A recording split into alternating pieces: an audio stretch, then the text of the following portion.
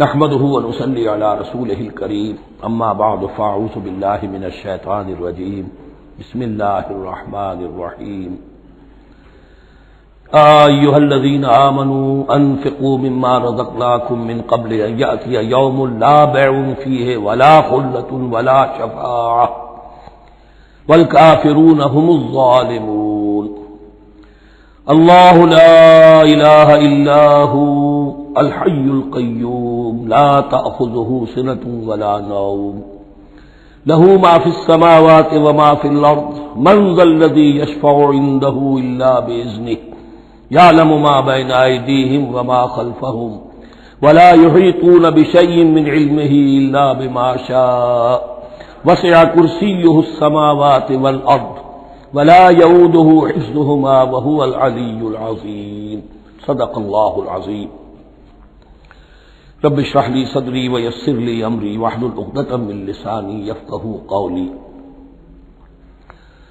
تقریباً 2 رکوعوں پر مشتمل معاملہ طالوت و جالوت کا وہ ہم پڑھ چکے ہیں، اور یہ گویا کہ اب غزوہ بدر کی لیے ذہنی اور نفسیاتی تیاری ہو رہی ہے، اور غزوات کے لیے جیسا کہ میں نے عرض کیا جہاں سرفروشی کی ضرورت ہے وہاں انفاق مال کی بھی ضرورت ہے، تو اب یہاں بڑے زوردار انداز میں پھر انفاق کی طرف توجہ دلائی جا رہی ہے۔ وہی 4 ڈوریاں ذہن میں رکھیے، انفاق اللہ کی راہ میں یعنی جہاد بالمال، قتال جہاد بالنفس کی آخری شکل، اور شریعت میں عبادات اور معاملات، یہ 4 ڈوریاں گتھی ہوئی ہیں ان 22 رکوعوں کے اندر، جن پر دوسرا نصف جو ہے سورہ بقرہ کا مشتمل ہے۔ یا ایھا الذین آمنوا انفقوا مما رزقناکم من قبل ان یأتی یوم لا بیع فیہ ولا خلة ولا شفاعة، اہل ایمان خرچ کر دو ان چیزوں میں سے کہ جو اللہ نے تمہیں دی ہے، اس سے پہلے کہ وہ دن آ دھمکے جس دن نہ کوئی خرید و فروخت ہوگی، نہ کوئی دوستی کام آئے گی، نہ کوئی شفاعت مفید ہوگی۔ والکافرون هم الظالمون، اور کافر ہی تو ظالم ہیں۔ اب یہاں کافر سے مراد کون ہے؟ کافر اصطلاحی نہیں، کافر معنوی، جو اللہ کے اس حکم انفاق کی تعمیل نہیں کرتا، دیکھتا ہے کہ دین مغلوب ہے، اس کو غالب کرنے کی جد و جہد ہو رہی ہے، اس کی کچھ تقاضے ہیں، مالی ضرورتیں ہیں اس کی، اور اللہ نے اسے قدرت دی ہے، اس میں خرچ کر سکتا ہے اور نہیں کرتا، وہ ہے اصل کافر۔ اس کے بعد وہ آیت آ رہی ہے جو قرآن حکیم کی عظیم ترین آیت ہے، نزول فرمان نبوی صلی اللہ علیہ وسلم، آیت الکرسی۔ اس کا تو نام بھی چونکہ معروف ہے، میں نے جو آپ کو بڑے بڑے حکمت کے موتی اور بڑے بڑے پھول آپ کو گنوائے ہیں، آیت الآیات، آیت البر، آیت الاختلاف، اور اب یہ ہے آیت الکرسی، توحید کے عظیم ترین خزانوں میں سے ہے۔ ہی سیدۃ آیات القرآن، حضور نے فرمایا یہ تمام آیات قرآنی کی سردار ہے۔ جس طریقے سے آیت بر اور سورۃ العصر میں ایک نسبت ہے کہ ہدایت اور نجات کی شرائط ساری کی ساری ایک چھوٹی سی صورت میں اللہ نے جمع کر دی، والعصر ان الانسان لفی خسر الا الذین آمنوا وعملوا الصالحات وتواصوا بالحق وتواصوا بالصبر، لیکن اس کی تفصیل ایک آیت میں آئی، وہ آیت البر ہے۔ چنانچہ جو منتخب نصاب ہم نے مرتب کیا ہے دعوت قرآن کے لیے، میں پہلا درس سورۃ العصر کا ہے اور دوسرا درس آیت البر کا ہے۔ جو نسبت سورۃ العصر میں ہے کہ وہ سورت ہے، یہ آیت ہے، لیکن اس آیت میں کئی صورتیں نکل سکتی ہیں حجم کے اعتبار سے سورۃ العصر کے برابر۔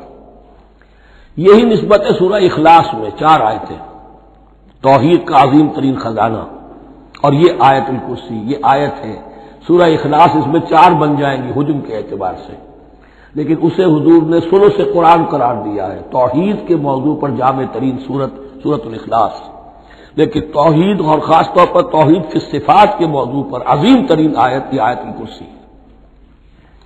اللہ لا الہ الا ہو، اللہ وہ معبود برحق ہے جس کے سوا کوئی الہ نہیں، بڑا کیٹیگوریکل۔ الحی القیوم، وہ زندہ ہے از خود اور باخود، اس کی زندگی مستعار نہیں ہے۔ وہ جو کہا ہے کہ مانگ کے لائے تھے 4 دن، 2 آرزو میں کٹ گئے 2 انتظار میں، عمر دراز مانگ کے لائے تھے، اللہ کی زندگی ہے اس کی از خود زندگی، کسی کی دی ہوئی نہیں، اور اس زندگی میں کوئی ضعف نہیں، کوئی کمزوری نہیں، کوئی احتیاج نہیں، آگے آ جائے گا، نہ اسے نیند آتی ہے نہ اونگ آتی ہے۔ قیوم، خود اپنی جگہ وہ زندہ جاوید ہستی ہے، اور باقی ہر شے کا وجود اس کے حکم سے قائم ہے، کوئی شے قائم نہیں ہے بغیر اس کے اذن کے۔ تو گویا کہ احد اور الصمد، اللہ اپنی جگہ احد لیکن باقی پوری کائنات کے لیے صمد ہے، جو سورہ اخلاص میں 2 الفاظ آئے ہیں، قل هو اللہ احد اللہ الصمد، اللہ حی ہے اور قیوم ہے۔ لا تأخذہ سنۃ ولا نوم، اس پر غالب نہیں ہو سکتی نہ نیند نہ اونگ۔ لہ ما فی السماوات و ما فی الارض، آسمان اور زمین میں جو کچھ ہے اسی کا ہے، ملکیت تامہ، ملکیت حقیقی اس کی ہے۔ من ذا الذی یشفع عندہ الا باذنہ، کون ہے وہ جو شفاعت کر سکے اس کے پاس مگر اس کی اجازت سے۔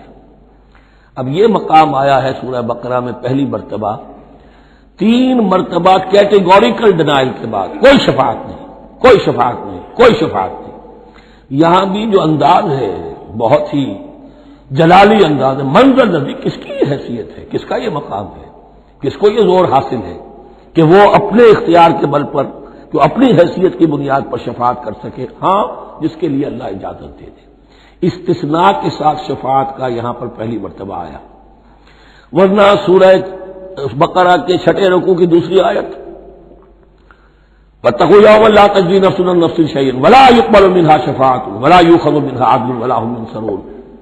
15 رکوع کی دوسری آیت، واتقوا یوما لا تجزی نفس عن نفس شیئا ولا یقبل منها عدل ولا تنفعها شفاعۃ ولا هم ينصرون۔ اور اب اس سے پہلے کی آیت میں آ چکا ہے ولا شفاعۃ، کوئی شفاعت مفید نہیں ہوگی، لیکن یہ کہ اس میں ایک استثناء ہے۔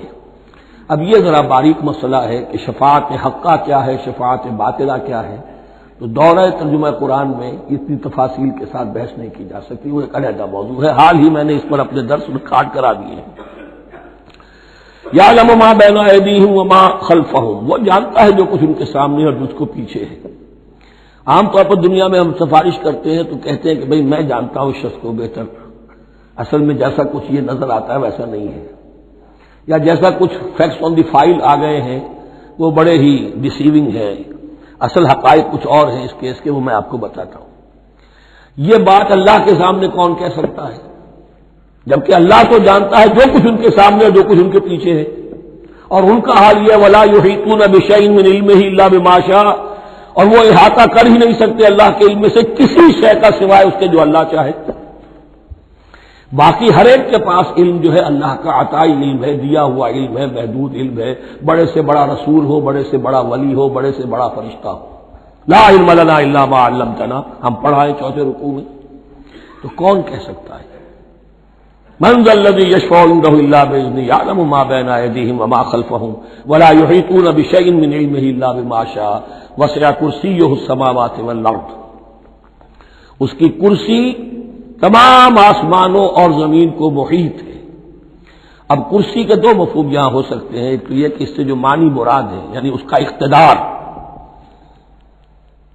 اس کی قدرت، اس کا جبر، اس کا اختیار، یہ اتھارٹی پوری کائنات کو۔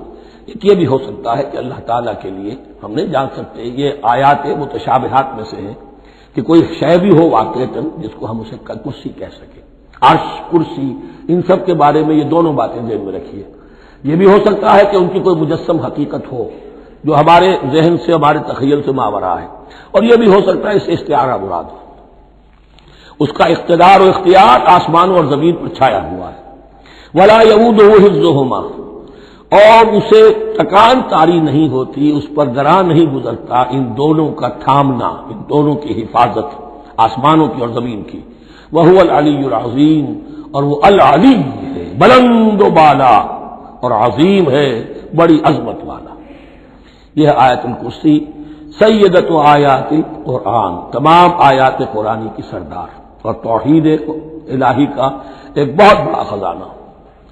لا اکراہ فی الدین، دین میں کوئی جبر نہیں ہے، یعنی یہ کہ کسی بھی شخص کو نہ کبھی جبرن مسلمان بنایا جائے گا نہ کبھی بنایا گیا۔ استثناءات ہو سکتے ہیں، کسی کا ذاتی کوئی عمل ہو، فعل ہو، کسی نے کیا ہو۔ اسلام میں کسی فرد کو جبرن مسلمان بنانا حرام ہے، لیکن اس آیت کا یہ مطلب نکال دینا کہ نظام باطل کو بھی ختم کرنا جو ہے اس میں کوئی طاقت استعمال نہیں ہو سکتی، یہ حماقت ہے پرلے درجے کی۔ نظام باطل نظام ظلم ہے، ایکسپلائٹ کر رہا ہے لوگوں کو، اللہ اور بندوں کے درمیان حجاب بن گیا ہے، پردہ بن گیا ہے۔ نظام کو طاقت کے ساتھ ختم کرنا فرض ہے مسلمان کا۔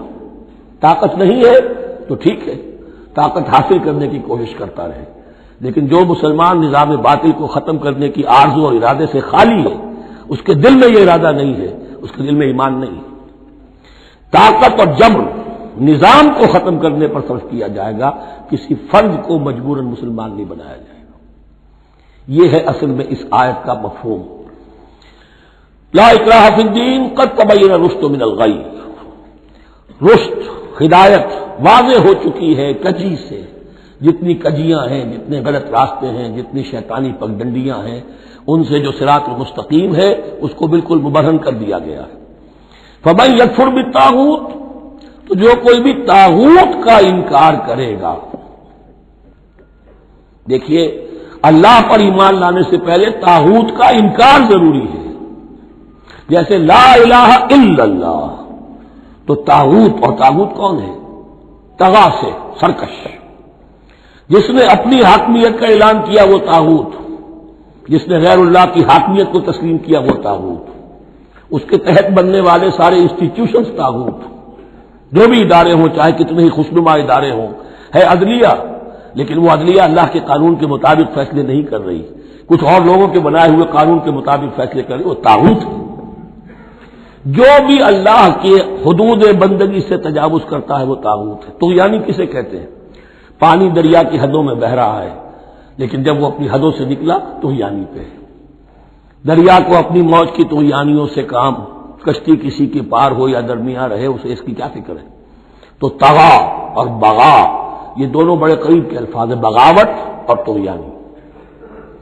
فمن یکفر بالطاغوت، طاغوت کا انکار، جو کوئی کفر کرے طاغوت کے ساتھ، ویؤمن باللہ، اور پھر اللہ پر ایمان لائے۔ طاغوت سے بھی دوستی، اللہ پر بھی ایمان، اللہ کے دشمنوں سے بھی یارانہ، اور اللہ کے ساتھ بھی وفاداری کا دعویٰ، یہ چیز نہیں چل سکتی، یہی منافقت ہے۔ یکسو ہو جاؤ، حنیفا مسلما، فقد استمسک بالعروۃ الوثقی، جس شخص نے یہ کام کر لیا، طاغوت کی نفی اور اللہ پر ایمان، اس نے تو مضبوط کنڈا تھام لیا۔ تو سمجھئے کہ اگر کوئی شخص کسی جہاز، سمندری جہاز میں عرشے پر سے گر جائے، تیرنا بھی نہ آتا ہو، کسی طرح ہاتھ پاؤں مار کر وہ کسی کنڈے کے اوپر اگر ہاتھ اس کا پڑ گیا، تو اب وہ سمجھتا ہے کہ اس کو میں نہیں چھوڑوں گا، میری جان اسی سے وابستہ ہے، زندگی اسی سے ہے۔ تو وثقا، وہ کنڈا اگر کمزور ہے تو پھر گیا، وہ اس کے وزن سے کنڈا ہی نکل گیا، لیکن وہ کنڈا کے جو مضبوط ہے، فقد استمسک بالعروۃ الوثقی، اس نے تو بڑے مضبوط کنڈے پر ہاتھ ڈال دیا ہے، یعنی طاغوت کا انکار اور اللہ پر ایمان، اس نے تھام لیا ہے بہت مضبوط کنڈا۔ اسی لیے ایک حدیث میں آتا ہے اوثق العرا کلمۃ التقوی، یہ جو عروا کی جمع ہے عرا، اور وثقی اوثق جو ہے اس کا مذکر ہوگا۔ تمام کنڈوں میں سب سے بڑا مضبوط کنڈا جو ہے وہ تقوی کا کنڈا ہے، اس کو تھامو مضبوطی کے ساتھ۔ لا اکراہ فی الدین قد تبین الرشد من الغی فمن یکفر بالطاغوت ویؤمن باللہ فقد استمسک بالعروۃ الوثقی لا انفصام لہا، وہ کبھی علیحدہ ہونے والا، ٹوٹنے والا نہیں ہے، یہ کنڈا بہت مضبوط ہے۔ واللہ سمیع علیم، اللہ سب کچھ سننے والا، جاننے والا ہے۔ اللہ ولی الذین آمنوا یخرجہم من الظلمات الی النور، ایمان در حقیقت ایک دوستی کا رشتہ قائم کرتا ہے اللہ اور بندے کے درمیان۔ اللہ ولی ہے اہل ایمان کا، یہ ولایت باہمی ہے، دو طرفہ ولایت ہے۔ بندہ اللہ کا ولی بن جائے، ولی اللہ، الا ان اولیاء اللہ لا خوف علیہم ولا هم يحزنون، اللہ بندے کا ولی ہے، دوستی دو طرفہ ہے۔ اللہ ولی الذین آمنوا یخرجہم من الظلمات الی النور، اللہ پشت پناہ ہے، مددگار ہے، دوست ہے ان کا کہ جو ایمان لائے اور انہیں نکالتا رہتا ہے ظلمات، اندھیروں کے مختلف شیڈز میں سے نور کی طرف۔ یہ آپ نوٹ کریں گے قرآن میں نور ہمیشہ تنہا آتا ہے، واحد، انوار کا لفظ قرآن میں نہیں ہے۔ نور ایک حقیقت واحدہ ہے، لیکن ظلمات ہمیشہ جمع میں آئے گا، اس کے شیڈز مختلف ہیں، شیڈز آف ڈارکنس، بہت گہری ڈارکنس ہے، ذرا اس سے کمتر ہے، اس سے کمتر ہے۔ تو جتنے بھی شیڈز ہیں، کفر کا ہے، شرک کا ہے، الحاد کا ہے، مادہ پرستی کا ہے، ایگنوسٹسزم کا ہے، لا ادریت کا ہے، جتنے بھی فلسفے غلط ہیں، جتنے بھی نظریات غلط ہیں، جتنے بھی عمل کی غلط راہیں ہیں، ان سب کے اندھیاروں سے نکال کر اللہ تعالیٰ اہل ایمان کو ایمان کی روشنی کے اندر لاتا رہتا ہے۔ والذین کفروا اولیاءہم الطاغوت، ان کے برعکس جنہوں نے کفر کیا ان کے پشت پناہ اور ساتھی اور مددگار ہیں اب طاغوت، یخرجونہم من النور الی الظلمات، اور وہ ان کو نکالتے رہتے ہیں تدریجاً، اور نور کا کہ تھوڑی بہت رمق ملا بھی تھا انہیں نور کا تو ان سے محروم کر کے ظلمات، یخرجونہم من النور الی الظلمات، نور سے ظلمات کی طرف نکالتے رہتے ہیں۔ اولئک اصحاب النار هم فیہا خالدون، وہ ہیں آگ والے، اس میں ہمیشہ ہمیشہ رہیں گے۔ اللہم اجعلنا من عبادک المؤمنین، اللہم اخرجنا من الظلمات الی النور، آمین یا رب العالمین۔ اب اس کے بعد یہ بڑی عظیم آیت جو آئی ہے توحید کی، اور اس کے بعد یہ دو، یہ بھی اپنی جگہ بڑی عظیم آیات ہیں حکمت اور فلسفہ دین کے اعتبار سے۔ اس کے بعد کچھ واقعات دیے جا رہے ہیں، حضرت ابراہیم علیہ السلام کی زندگی کا ایک واقعہ اور حضرت عزیر علیہ السلام کی زندگی کا واقعہ۔ الم تر الی الذی حاج ابراہیم فی ربہ ان آتاہ اللہ الملک، کیا تم نے دیکھا اس شخص کو جس نے کہ محاجہ کیا تھا، مناظرہ کیا تھا، حجت بازی کی تھی ابراہیم سے، اس وجہ سے کہ اللہ نے اسے بادشاہی دی ہوئی تھی، نمرود۔ یہ ذہن میں رکھیے کہ نمرود اصل میں لقب تھا، کسی کا نام نہیں تھا، جیسے فرعون مصر کے بادشاہوں کا لقب ہے، فرعونہ، نماردہ جو ہے یہ عراق کے بادشاہ تھے، بیبیلونیا۔ تو حضرت ابراہیم کی پیدائش بھی شہر ار میں ہوئی تھی کہ جو بیبیلونیا کا ایک شہر تھا عراق کا، اور وہاں بادشاہت تھی نمرود کی۔ جیسے فرعون نے مصر میں دعویٰ کیا تھا اپنی بادشاہی کا اور اپنی خدائی کا، اور یہ ہے سیاسی بادشاہی، یہ نہیں کہ ہم نے دنیا پیدا کی ہے، مطلب یہ اختیار مطلق ہمارے ہاتھ میں ہے، ہم جس چیز کو چاہے غلط قرار دے دیں، جس چیز کو چاہے صحیح قرار دے دیں، یہی ہے اصل میں خدائی اختیار ہاتھ میں لے لیا۔ اللہ کا حق ہے تحریر و تحریم، کسی شے کو حلال کرنا، کسی کو حرام قرار دینا، اختیار واحد اللہ کے ہاتھ میں ہے۔ جس شخص نے بھی اپنے ذمے لے لیا، قانون سازی کا اختیار لے لیا، اللہ کے قانون سے آزاد ہو کر، وہی طاغوت ہے، وہی شیطان ہے، وہی نمرود ہے، وہی فرعون ہے۔ تو اس نے، وہ نمرود نے کہا، محاجہ کیا، اس قال ابراہیم ربی الذی یحیی و یمیت، میرا رب تو وہ ہے جو زندہ کرتا ہے اور مارتا ہے۔ قال انا احیی و امیت، انہوں نے کہا میں بھی کر سکتا ہوں۔ اس نے جیل سے دو قیدی منگوائے، دونوں کنڈیمڈ تھے، اور ایک کی گردن وہی اڑائی اور ایک کو کہا جاؤ معاف، دیکھو میں نے جس کو چاہا زندہ رکھا اور جس کو چاہا مار دیا۔ حضرت ابراہیم نے دیکھا کہ یہ کٹ حجتی پر اترا ہوا ہے، تو العجب المسکت تھا، جواب ایسا دیا جانا چاہیے کہ جو اس کو چپ کر دے۔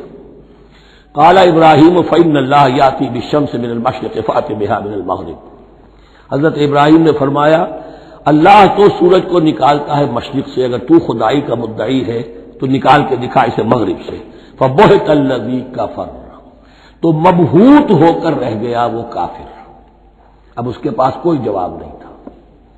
واللہ لا یہدی القوم الظالمین، اور اللہ ظالموں کو ہدایت نہیں دیا کرتا۔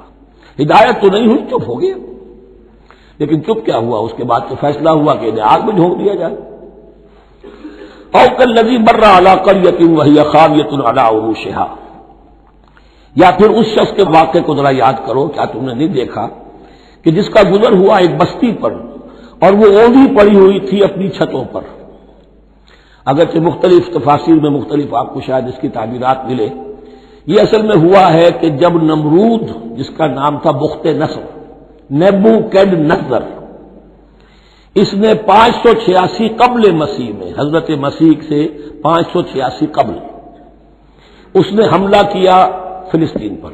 دیکھیے عراق اور فلسطین کی، اسرائیل کی اور عراق کی اس وقت بھی سب سے بڑی دشمنی ہے آپس میں، وہی دشمنی جو ہے 2500 سال پرانی بھی ہے. اس نے وہ نمرود بابل، نیبوکیڈنیزر جس کا نام تھا، اس نے حملہ کیا. 12 لاکھ کی آبادی تھی، 6 لاکھ کو قتل کیا اور 6 لاکھ کو بھیڑوں بکریوں کی طرح ہانکتا ہوا قیدی بنا کر لے گیا. 150 برس تک کیپٹیوٹی میں رہے ہیں یہ، اور یروشلم اجڑا رہا ہے. کوئی نفس نہیں، کوئی متنفس نہیں تھا، کوئی انسان نہیں، کوئی 2 اینٹیں سلامت نہیں چھوڑی. اسی وقت وہ ہیکل سلیمانی جو ہے وہ شہید کیا گیا، اور ان کے کہنے کے مطابق اس کے ایک تہخانے میں وہ تابوت سکینہ بھی تھا جہاں ربائی ان کے موجود تھے، اور وہ ربائی بھی وہیں پر ان کی موت واقع ہوئی اور تابوت سکینہ بھی ہے، اگر ان کا قول صحیح ہے. تو جس زمانے میں یہ اجڑی ہوئی بستی تھی، حضرت عزیر علیہ السلام کا گزر ہوا، انہوں نے دیکھا کوئی متنفس نہیں. تو انہوں نے کیا کہا؟ قال انا یحیی ھذہ اللہ بعد موتھا، اللہ اس بستی کو اس کے اس طرح مردہ اور برباد ہو جانے کے بعد کیسے زندہ کرے گا؟ اب اس میں کیسے احیاء ہو سکتا ہے؟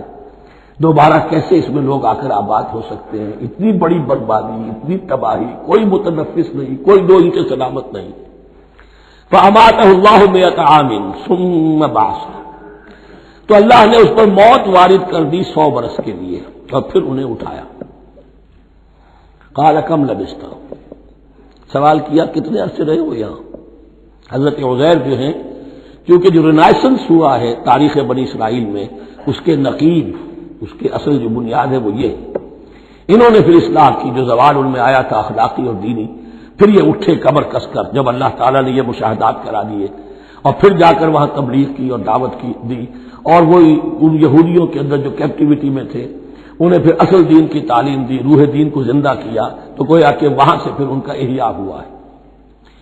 کب لبثت، کتنے عرصے رہے ہوگے؟ تو قال لبثت یوما و بعض یوم، اب اس کو ایسے محسوس ہوا جیسے سویا تھا تھوڑی دیر کے لیے، میں 1 دن رہا ہوں یا دن کا کچھ حصہ. قال بل لبثت 100 عام، نہیں، اللہ نے فرمایا نہیں، تم 100 سال رہے ہو. فانظر الی طعامک و شرابک لم یتسنہ، تو ذرا اپنے کھانے اور جو مشروب تمہارے ساتھ تھا سفر میں، ذرا اس کو دیکھو، ان کے اندر کوئی بسان پیدا نہیں ہوئی، سڑے نہیں ہیں، ان کے اندر کوئی خرابی پیدا نہیں ہوئی. وانظر الی حمارک، آپ دوسری طرف اپنے گدھے کو دیکھو جو تمہاری سواری کا گدھا تھا. وَلَنَجْعَلَكَ آیَةً لِلنَّاسِ، وہ بالکل ختم ہو چکا تھا، اس کی ہڈیاں ہی رہ گئی تھی، گوشت گل چکا تھا، کچھ نہیں تھا. 100 برس. وانظر الی حمارک وَلِنَجْعَلَكَ آیَةً لِلنَّاسِ، اور ہمیں تو بنانا ہے تجھے ایک نشانی لوگوں کے لیے، یعنی خود اے عزیر تمہیں ایک نشانی بنانا ہے، اور تمہیں نشانی بنانے کے لیے یہ نشانی ہم تمہیں دکھا رہے ہیں تاکہ یقین جو ہے، یقین کامل تمہارے اندر پیدا ہو جائے.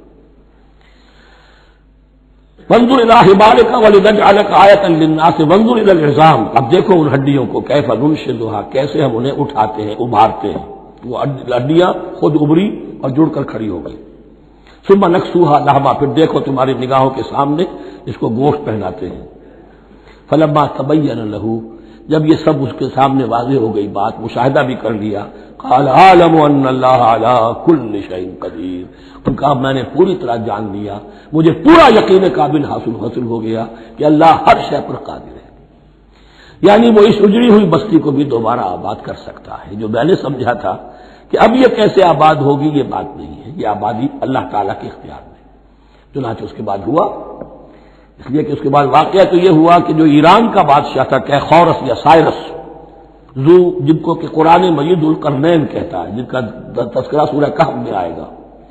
پھر آپ کو معلوم ہے کہ یہ پیلسٹائن، ادھر عراق کے بعد ایران، دشمنیاں تو تھیں. کیخورس نے حملہ کیا بابل پر، عراق پر، اور دشمن کا دشمن دوست ہوتا ہے، تو یہودیوں کو اجازت دے دی، کیپٹیوٹی سے اجازت دے دی، جاؤ تم واپس جاؤ، اپنا شہر دوبارہ بناؤ. چنانچہ وہ گئے، اور پھر انہوں نے جا کر وہاں پر 136 سالوں میں ان کی دوبارہ جو ہے یہ بستی بسی، اور پھر یروشلم کو انہوں نے آباد کیا، اور پھر انہوں نے وہاں ہیکل سلیمانی دوبارہ بنایا، جس کو وہ سیکنڈ ٹیمپل کہتے ہیں۔ وہ سن 70 عیسوی میں ٹائٹس رومن جنرل کے ہاتھوں تباہ ہوا تھا، جو اب تک تباہ ہوا پڑا ہے۔ 1927 برس سے ان کا کعبہ زمین بوس ہے، یہ نوٹ کر لیجئے اس بات کو۔ اسی لیے آگ لگی ہوئی آج دنیا بھر کے یہودیوں کے دلوں میں۔ اب تو ہماری حکومت ہے وہاں پر، ہم اپنا یہ جو بھی کچھ یہاں پر اس سیاحتے میں بنا دیا گیا ہے سب کو ختم کریں گے اور اپنا ہیکل سلیمانی بنائیں گے۔ اس کے بلو پرنٹس بن چکے ہیں، نقشے بن چکے ہیں، ہر چیز تیار ہے۔ بس کسی دن کوئی ایک دھماکہ ہوگا، کوئی بم جو ہے کہیں پر پلانٹ کیا جائے گا، خبر آ جائے گی کہ کسی فینیٹک نے کہیں وہاں پر جا کر رکھ دیا، جیسے ایک فینیٹک گیا تھا مسجد الخلیل میں اور 70 مسلمانوں کو شہید کر کے خود بھی اس نے خودکشی کر لی تھی، اور ڈاکٹر تھا، امریکن ڈاکٹر گولڈسٹین۔ اسی طریقے کا کوئی فینیٹک جائے گا اور وہ اس کو گرا دے گا، پھر کہیں گے جب یہ گر ہی گیا ہے، جیسے مسجد ایودھیا کا معاملہ ہے، اب گر گئی ہے تو بھائی ہمیں رام مندر بنانے دو، کاہے کو تم اب یہ مسجد کاہے کو بناتے ہو، وہ ہوگا۔ اور یہ میں سمجھتا ہوں کہ چند ہفتوں کی یا چند مہینوں کی بات ہے، یہ ہونے والا ہے فوراً۔ بہرحال یہ تو ہو گیا حضرت عزیر کا قصہ۔ اب اسی طرح کا ایک معاملہ حضرت ابراہیم کا مشاہدہ ہے۔ وَإِذْ قَالَ إِبْرَاهِيمُ رَبِّ أَرِنِي كَيْفَ تُحْيِي الْمَوْتَىٰ، اور یاد کرو جب کہ ابراہیم نے بھی کہا تھا پروردگار ذرا مجھے دکھا دے، مشاہدہ کرا دے تو مردوں کو کیسے زندہ کرے گا۔ قَالَ أَوَلَمْ تُؤْمِنْ، اللہ تعالیٰ کا سوال جو ہے بہت تیکھا ہے، تو کیا تم ایمان نہیں رکھتے؟ قَالَ بَلَىٰ، ایمان تو میرا ہے، میں مانتا ہوں ایمان ہے، وَلَٰكِن لِيَطْمَئِنَّ قَلْبِي، پورا دل کا اطمینان چاہتا ہوں، پورا یقین ہو جائے۔ اور یہ انبیاء کا معاملہ ہے، سب کا ہے۔ انبیاء کو چونکہ ایمان اور یقین کا ایک ایسی فرنس بنانا ہوتا ہے کہ جن سے ایمان و یقین دوسروں میں سرایت کرے، تو ان کے ایمان و یقین کے لیے انہیں مشاہدات ایسے کرا دیے جاتے ہیں کہ پھر ان کے لیے وہ ایمان صرف ایمان بالغیب نہیں رہتا، بلکہ وہ ایمان بالشہود بھی ہو جاتا ہے۔ کذالک نری ابراہیم ملکوت السماوات والارض، اسی طرح ہم نے دکھائے ابراہیم کو آسمان اور زمین کے ملکوت، جو بھی ہماری حکومت ہے، جو وہ مخفی حکومت ہے، جو کاسمک ایک اسٹیٹ ہے، اس کی گورنمنٹ ہے، اس کے تمام اہلکار ہیں، فرشتے ہیں، ہم نے مشاہدہ کرایا ابراہیم کو۔ حضور کو اسی لیے شب معراج میں لے جایا گیا کہ ہر شے کو اپنی آنکھوں سے دیکھ لیں، تو وہ یقین کامل پھر ہو جاتا ہے کہ جس میں کسی درجے میں بھی پھر تو یہ ہے کہ وہ خود ایک بھٹی بن جاتے ہیں ایمان اور یقین کی۔ قال بلا ولكن ليطمئن قلبي قال فخذ أربعة من الطير فصرهن إليك، تو فرمایا اچھا ٹھیک ہے 4 پرندے لے لو، انہیں اپنے ساتھ ملا لو، ہلا لو، کہ وہ تمہارے ساتھ تمہاری آواز سن کر آ جایا کریں۔ ثم اجعل على كل جبل منهن جزءا، پھر ان کے ٹکڑے کرو اور ہر پہاڑ پر ایک ایک ٹکڑا رکھ دو۔ تو جو تفسیر میں آتی ہے یہ کہ ان میں سب کا سر علیحدہ کیے، ٹانگیں علیحدہ کی، پر علیحدہ کیے، دھڑ علیحدہ کیے، ایک پہاڑ پر چاروں سر رکھ دیے، ایک پہاڑ پر چاروں کے دھڑ رکھ دیے، ایک پہاڑ پر چاروں کے، اس طریقے سے مختلف اجزاء میں تقسیم کر دیا۔ قال فخذ أربعة من الطير فصرهن إليك ثم اجعل على كل جبل منهن جزءا، پھر ہر پہاڑ پر ان میں سے ایک ایک حصہ رکھ دو۔ ثم ادعوهن، پھر ان کو ذرا پکارو، وہی سیٹی بجاؤ جو تم بجاتے تھے ان کو بلانے کے لیے۔ ثم ادعوهن يأتينك سعيا، وہ دوڑتے ہوئے آ جائیں گے۔ وَاعْلَمْ أَنَّ اللَّهَ عَزِيزٌ حَكِيمٌ، اور جان لو اس بات کو یقین کے ساتھ کہ اللہ تعالیٰ زبردست ہے، کمال حکمت والا۔ اب 2 رکوع آ رہے ہیں انفاق فی سبیل اللہ پر، اور یہ قرآن مجید کا ذروۂ سنام ہے انفاق کے موضوع پر۔ لیکن ان کو پڑھنے سے پہلے نوٹ کر لیجئے کہ اللہ کی رضا جوئی کے لیے اپنا مال خرچ کرنا جو ہے، اس کے لیے دین میں کئی اصطلاحات ہیں۔ کھانا کھلانا، یطعمون الطعام علی حبہ مسکینا ویتیما واسیرا، آتی المال علی حبہ ذوی القربى والیتامى، ایتاء مال، اعطاء، پھر اس سے آگے آتا ہے صدقہ، زکوٰۃ، انفاق، قرض حسنہ۔ یہ 5-6 ٹرمز ہیں، لیکن ان ٹرمز کے اندر ایک تقسیم ذہن میں رکھیے کہ 2 مدیں ہیں بڑی بڑی اللہ تعالیٰ کی رضا جوئی کے لیے مال خرچ کرنے کی۔ ایک مد ہے غربا، یتامہ، مساکین، محتاج، بیوائیں، ان کے لیے، یعنی ابنائے نو میں سے یہ آپ کے معاشرے کے اجزاء ہیں، آپ کے بھائی بند ہیں، آپ کے رشتہ دار ہیں، آپ کے اعزاء و اقرباء ہیں، ان کے لیے خرچ کرنا تو یہ بھی اللہ کو بہت پسند ہے، اس کا اجر ملے گا۔ یہ بھی گویا کہ اللہ تعالیٰ ہی کے لیے آپ نے خرچ کیا۔ ایک عین اللہ کے دین کے لیے خرچ کرنا، انفاق کا لفظ اس کے لیے ہے اور قرض حسنہ اس کے لیے۔ انفاق کے مال، انفاق فی سبیل اللہ، اللہ کی راہ میں خرچ کرنا، اللہ کے دین کی دعوت کو عام کرنا، اللہ کی کتاب کے پیغام کو عام کرنا، اللہ کے دین کی دعوت کو اس طرح ابھارنا کہ باطل کے ساتھ زور آزمائی کرنے والی ایک طاقت پیدا ہو جائے، ایک جماعت وجود میں آئے، اس کے لیے اساد و سامان فراہم کرنا تاکہ دین کے غلبے کی ہر مرحلے کے جو تقاضے اور ضرورتیں ہیں وہ پوری ہو سکے۔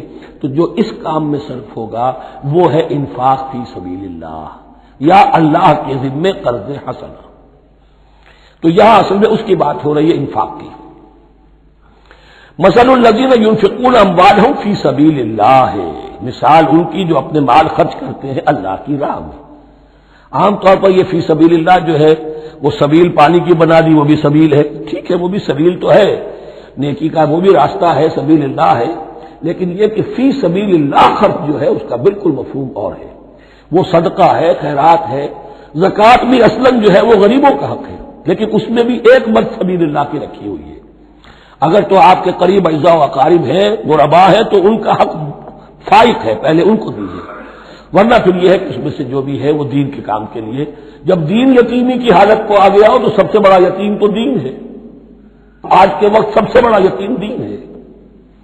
بہرحال فی سبیل اللہ انفاق، مثل الذین ينفقون اموالهم فی سبیل اللہ کمثل حبۃ انبتت سبع سنابل فی کل سنبلۃ مئۃ حبہ، مثال ان کی جو اللہ کی راہ میں خرچ کرتے ہیں اللہ کے دین کے لیے، ایسے ہے جیسے ایک دانہ کہ اس سے 7 سنبلیں پیدا ہوئیں، 7 خوشے، 7 بالیاں، یہ 7 سٹے۔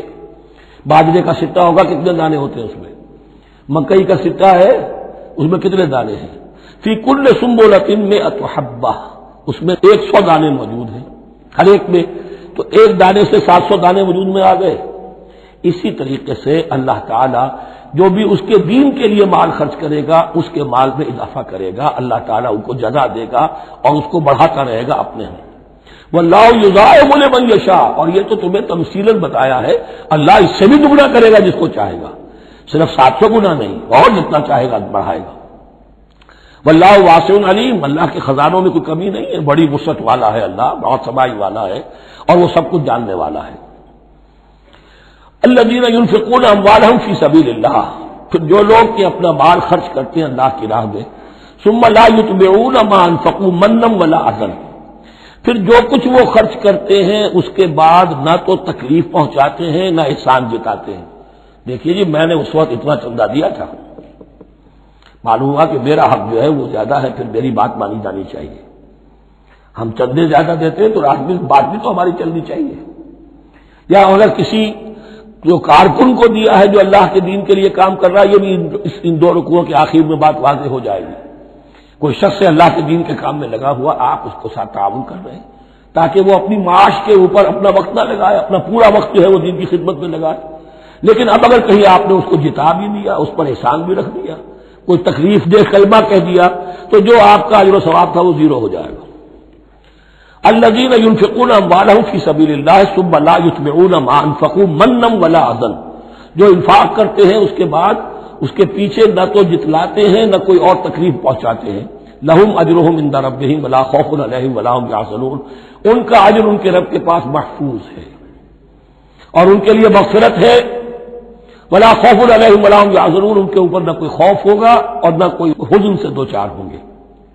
قول معروف، بھلی بات کہنا، ومغفرہ اور درگزر کرنا، خیر بہتر ہے من صدقۃ، اس خیرات سے یتبعھا اذی، جس کے بعد کے اذیت پہنچائی جائے۔ کوئی آپ سے فرض کیجئے کوئی ضرورت کے لیے آئی گیا ہے، کسی نے ہاتھ پھیلا دیا ہے، اگر آپ نہیں کر سکتے مدد، قول معروف، نرمی کے ساتھ جواب دے دیجئے، معذرت کر لیجئے۔ یا یہ ہے کہ اگر کسی سائی نے آپ کے ساتھ درستی کی ہے تو پھر بھی یہ ڈانٹیے نہیں، وَأَمَّا السَّائِلَ فَلَا تَنْهَرْ، پھر بھی یہ ہے کہ مغفرت، معاف کیجئے۔ یہ کہیں بہتر ہے اس سے کہ دے تو دیا، خیر من صدقۃ یتبعها اذى، اس کے بعد اسے دو چار جملے بھی سنوا دیے، کوئی اور سلواتیں بھی سنا دی اسے، تو اس کا کوئی فائدہ نہیں ہوا۔ واللہ غنی حلیم، اللہ تعالیٰ غنی ہے اور حلیم ہے۔ یہ کیوں کہا گیا کہ تم اگر کسی کو دے رہے ہو تو اصل میں اللہ کو دے رہے ہو۔ ایک حدیث میں آتا ہے کہ اللہ تعالیٰ اپنے بندے سے شکایت کرے گا، اے میرے بندے تیرے پاس مال تھا، میں نے تجھ سے مال طلب کیا تھا، میں بھوکا تھا، میں نے تجھ سے روٹی مانگی، تو نے مجھے کھلایا نہیں۔ بندہ کہے اللہ تو غنی ہے، تجھے بھوک، تجھے احتیاج ہے، کہ وہ جو میرا بندہ تھا جو بھوکا تھا اس نے جو مانگا تھا تجھ سے وہ میں ہی تھا، میرا بندہ تھا۔ الخلق عیال اللہ، تجھ سے کھانے کو نہیں دیا تمہیں، تو گویا کہ مجھے نہیں دیا۔ اے میرے بندے میں ننگا تھا، میں نے تجھ سے میں چاہا کہ میرا سطر ڈھانپ دے، مجھے کوئی لباس دے دے، لیکن یہ کہ تو نے نہیں دیا۔ یہ اسی طریقے سے تو سمجھ لیجئے کہ اللہ تو غنی ہے، جو دے رہے ہو سمجھ لو کہ اللہ کو دے رہے ہو، اور حلیم ہے، وہ حلم والا ہے، فوراً نہیں پکڑتا تمہیں۔ تم جو بھی کرتے ہو جو دل سے اتری ہوئی شے وہ اللہ کے نام پہ دے دو، جو ردی چیزیں وہ اللہ کے نام پہ دے دو، تو اللہ تعالیٰ کی غیرت جو ہے اسی وقت اگر جوش میں آ جائے اور تمہیں پیس کے سرما کر دے وہ، تو وہ کر سکتا ہے، لیکن نہیں، حلیم ہے، وہ دیکھتا ہے کہ میری توہین کر رہا ہے، مجھے دے رہا ہے اور یہ دے رہا ہے۔ یا ایھا الذین آمنوا لا تبطلوا صدقاتکم بالمن والاذی، اے اہل ایمان اپنے صدقات کو باطل نہ کر لو، نسیہ منسیہ ہو جاتے ہیں، بالمن والاذی، جتلا کر اور کوئی اذیت بخش بات کہہ کر۔ کالذی ينفق مالہ رئاء الناس، ان لوگوں کی طرح، اس شخص کی طرح جو اپنا مال خرچ کرتا ہے لوگوں کو دکھانے کے لیے، دے تو رہا ہے صدقات، چیریٹی ہاؤس، بڑے بڑے ادارے قائم کر دیے ہیں، یہ کہ سب ریاکاری ہے۔ کوئی سرکار دربار میں رسائی کے لیے فاؤنڈیشنز بنے ہوئے، کچھ اپنے وہ ٹیکس بچانے کے لیے، کچھ اور اپنی ناموری، کیونکہ پھر الیکشن بھی لڑنا ہے۔ یہ سارے کام جو ہوتے ہیں اللہ جانتا ہے کس کی کیا نیت ہے۔ لا تبطلوا صدقاتکم بالمن والاذی کالذی ينفق مالہ رئاء الناس ولا یؤمن باللہ والیوم الآخر، جو ریاکاری کر رہا ہے وہ حقیقت میں ایمان نہیں رکھتا اللہ پر اور یوم آخر پر۔ یہ ریا اور یہ ایمان ایک دوسرے کی ضد ہے، جیسا کہ حدیث بار بار سنا چکا ہوں، من صلی یرائی فقد اشرکا ومن صام یرائی فقد اشرکا ومن تصدق یرائی فقد اشرکا۔ جس نے دکھاوے کے لیے نماز پڑھی اس نے شرک کیا، جس نے دکھاوے کے لیے روزہ رکھا اس نے شرک کیا، جس نے دکھانے کے لیے لوگوں کو صدقہ خیرات دیا اس نے شرک کیا۔ ولا یؤمن باللہ والیوم الآخر فمثلہ کمثل صفوان علیہ تراب فاصابہ وابل فترکہ صلدا، تو اس کی مثال اس چٹان کی سی ہے اس پر کوئی تھوڑا سا غبار، کچھ ریت جم گئی تھی، تو اگر کسی چٹان کے اوپر کوئی تھوڑی سی تہ آ گئی ہو مٹی کی، وہاں آپ نے کوئی بیج ڈال دیے، کوئی فصل بھی ہو گئی۔ فاصابہ وابل، اب آیا زوردار ایک بارش کا چھینٹا پڑا، زوردار بیج پڑا، فترکہ صلدا، وہ ساری اوپر کی تھوڑی سی تہ تھی، وہ مٹی بھی بہہ گئی اور آپ کی محنت بھی گئی، وہ آپ کا بیج بھی گیا اور آپ کی فصل بھی گئی۔ وہ چٹان جو ہے چٹیل چٹان وہ اندر سے نکل آئی، یعنی سب کچھ گیا۔ ریاکاری میں اس کا مطلب یہ ہے مال بھی دیا اور حاصل کچھ نہ ہوا، بیج بھی گیا، اور اللہ کے ہاں کسی اجر و ثواب کا سوال ہی نہیں۔ لا یقدرون علی شیء مما کسبوا، جو محنت انہوں نے کی تھی، اس تھوڑی سی مٹی جو جم گئی تھی اس میں بھی کچھ ہل چلایا تھا، کچھ بیج ڈالا تھا، اب اس میں کوئی قدرت انہیں حاصل نہیں ہے، سب کچھ گیا۔ واللہ لا یہدی القوم الکافرین، اور اللہ ایسے کافروں کو ہدایت نہیں دیتا، راہ یاب نہیں کرتا۔ ومثل الذین ينفقون اموالهم ابتغاء مرضات اللہ، اس کے برعکس وہ لوگ، وہی سائملٹینیس کنٹراسٹ، جب ایک ریاکاری کے خرچ کے لیے وہ ایک مثال دی گئی، تمثیل اور تشبیہ دی گئی، تو اب جو واقعتاً اللہ تعالیٰ کے اجر و ثواب کے لیے خلوص و اخلاص کے ساتھ خرچ کرتا ہے اس کے لیے بھی مثال۔ ومثل الذین ينفقون اموالهم ابتغاء مرضات اللہ، اور مثال ان لوگوں کی جو خرچ کرتے ہیں اپنے مال اللہ کی رضا جوئی کے لیے، خوشی حاصل کرنے کے لیے، وتثبیتا من انفسہم، اور اپنے عزم کی پختگی کے ساتھ، اپنے نفس کی پختگی کے ساتھ۔ کمثل جنت، ان کی مثال اس باغ کی ہے بربوۃ، جو ذرا بلندی پر ہے، باغ ہے، جیسا کہ میں نے عرض کیا نیچرل باغ کا یہی تصور ہوتا تھا، ذرا اونچائی پر جو ہے پلانٹیشن ہے، ندی بہ رہی ہے کوئی دامن میں، جس سے خود بخود اس کو اریگیشن ہو رہی ہے، کمثل جنت بربوۃ، یہیں سے یہ قادیانیوں نے لفظ ربوہ لے کر اور اپنا وہ شہر بنایا ہے پاکستان میں.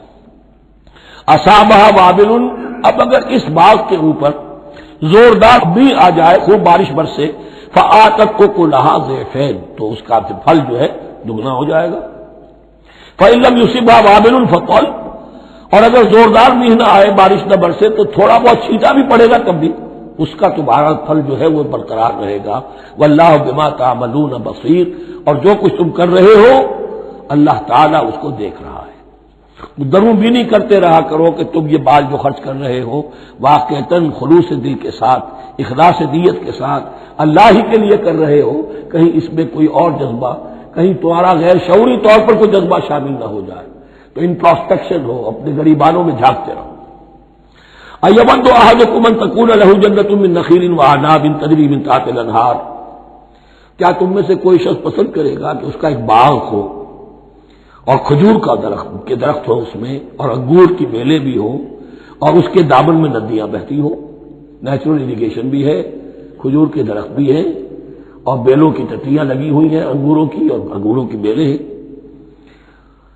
لہو فیہا من کل الثمرات، اس کے لیے اس باغ میں ہر طرح کا میوہ ہے. فاصابہ الکبر، اب اس پر بڑھاپا بھی طاری ہو گیا ہے.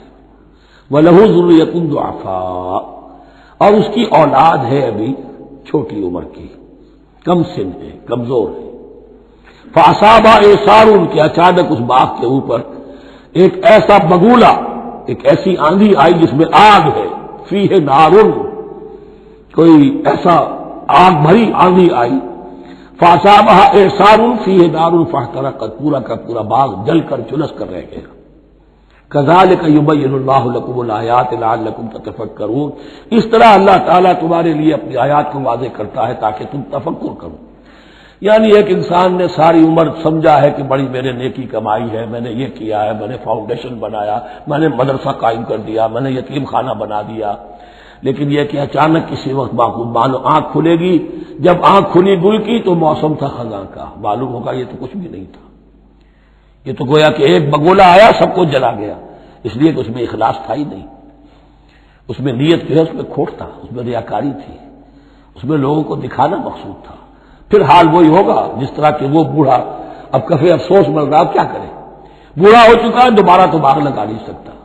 لہذا جب وہ موت آ جائے گی تو گویا کہ اب اس کے لیے موقع نہیں ہے کہ دوبارہ کوئی کام اور کر سکے. یا ایھا الذین آمنوا انفقوا من طیبات ما کسبتم ومما اخرجنا لکم من الارض، اے ایمان والو خرچ کرو، اللہ کے لیے دینا ہے، اللہ کے دین کے لیے دینا ہے، اللہ کے نام پر دینا ہے. من طیبات ما کسبتم، جو چیز تم نے کمائی ہے اس کی اچھی چیز، پاکیزہ چیز، بہتر چیز. وَمِمَّا أَخْرَجْنَا لَكُم مِّنَ الْأَرْضِ، اور جو کچھ ہم نے نکالا تمہارے لیے زمین سے. اب زمین سے ظاہر بات ہے جو بھی نباتات آ رہی ہے، چاہے وہ کوئی چراگاہ ہے تو اس کے اندر سے جو ہے وہ بھی ہریاول ہے تو اللہ نے پیدا کی ہے. کھیت کے اندر آپ نے محنت کی ہے، ہل چلایا ہے، بیج ڈالے ہیں، لیکن یہ کہ فصل کا اگانا تو آپ کے ہاتھ نہیں ہے، وہ تو اللہ کے ہاتھ میں ہے. تو جو کچھ ہم نے نکالا ہے تمہارے لیے، وَمِمَّا أَخْرَجْنَا لَكُم مِّنَ الْأَرْضِ وَلَا تَيَمَّمُوا الْخَبِيثَ مِنْهُ، اور اس میں سے ردی مال کا ارادہ نہ کرو، تنفقون، کہ اسے خرچ کر دو. زکوٰۃ دینی ہے، عشر دینا ہے، تو جو ردی چیزیں ہیں، اب بھیڑوں بکریوں کا غلہ ہے، ان میں سے اتنی بکریاں نکالنی ہیں، اتنی بھیڑیں ہیں، تو اب جو ذرا کمزور ہیں، لاغر ہیں، بیمار ہیں، نقص والی ہیں، گنتی پوری کرنی ہے نا. اسی طریقے سے عشر نکالنا ہے تو گندم کا ڈھیر لگا ہوا ہے، اس میں سے کہیں بارش پڑ گئی تھی، وہ نکال دو. ولا تیمموا، تیمم کے معنی یہاں نوٹ کر لیجئے قصد کرنے کے. ولا تیمموا الخبیث منہ، کہ اس میں سے جو ردی مال ہے، جو ناپسند ہے، اس کا قصد نہ کرو. تنفقون، کہ اسے خرچ کرو. ولستم بآخذیہ، اور تم ہرگز نہیں ہوں گے اس کو لینے والے. ایسا بھی تو ہو سکتا ہے کہ تم محتاج ہو جاؤ اور تمہیں ضرورت پڑ جائے، پھر اگر تمہیں کوئی ایسی چیز دے گا تو تم قبول نہیں کرو گے. وَلَسْتُمْ بِآخِذِيهِ إِلَّا أَن تُغْمِضُوا فِيهِ، الا یہ کہ چشم پوشی کرنے پر مجبور ہو جاؤ، احتیاج اس درجے کی ہو کہ جو بھی مل جائے، ردی مل جائے، اچھا مل جائے، نفیس مل جائے، خبیث مل جائے، جو بھی مل جائے چشم پوشی کرو. اس کے سوا آدمی جو ہے وہ اپنے طیب خاطر کے ساتھ جو ہے وہ ردی شے قبول نہیں کر سکتا۔ وَاعْلَمُوا أَنَّ اللَّهَ غَنِيٌّ حَمِيدٌ، پھر دیکھیے غنی کا لفظ، جو کچھ دے رہے ہو یہ نہ سمجھو کہ اسے دے رہے ہو، محتاج کو دے رہے ہو، ضرورت مند کو دے رہے ہو، بلکہ یوں سمجھو کہ اللہ کو دے رہے ہو۔ وَاعْلَمُوا أَنَّ اللَّهَ غَنِيٌّ حَمِيدٌ، جان لو کہ اللہ تعالیٰ غنی ہے اور حمید ہے۔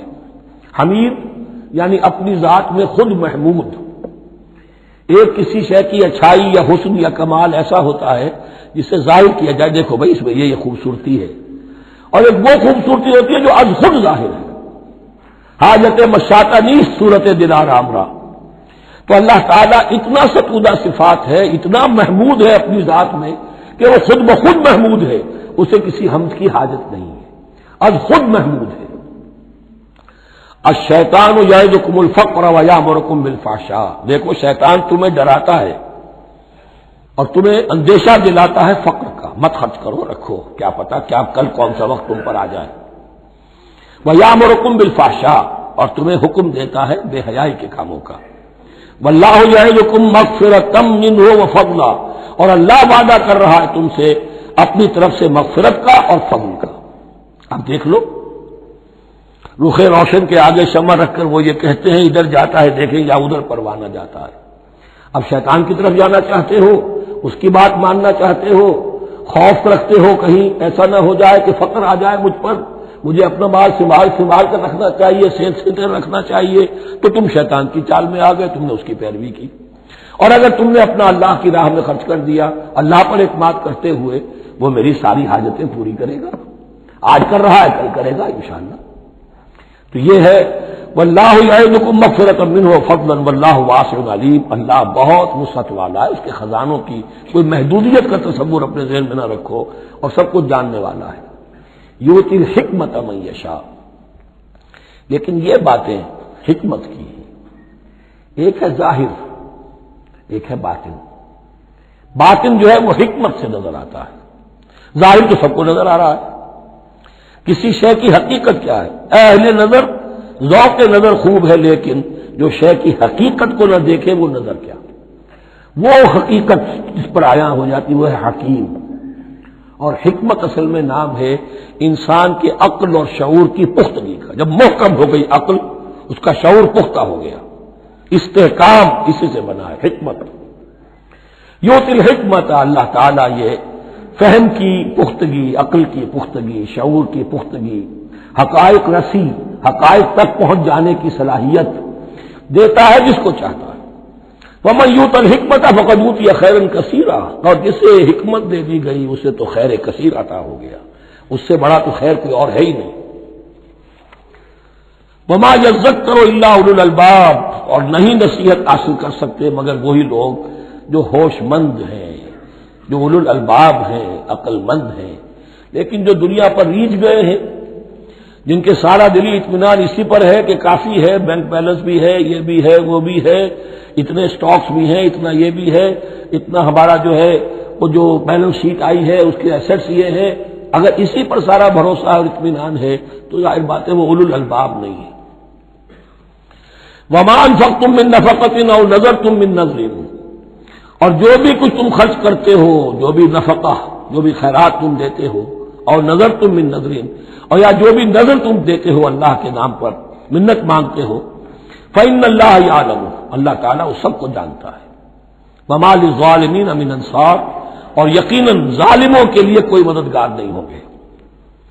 ان تبدوا الصدقات فنعما ہی، صدقات کو تو اگر تم کھل کر اعلانیہ دو تب بھی ٹھیک ہے، اور خاص طور پر زکوٰۃ کا تو معاملہ اعلانیہ ہے ہی ہے۔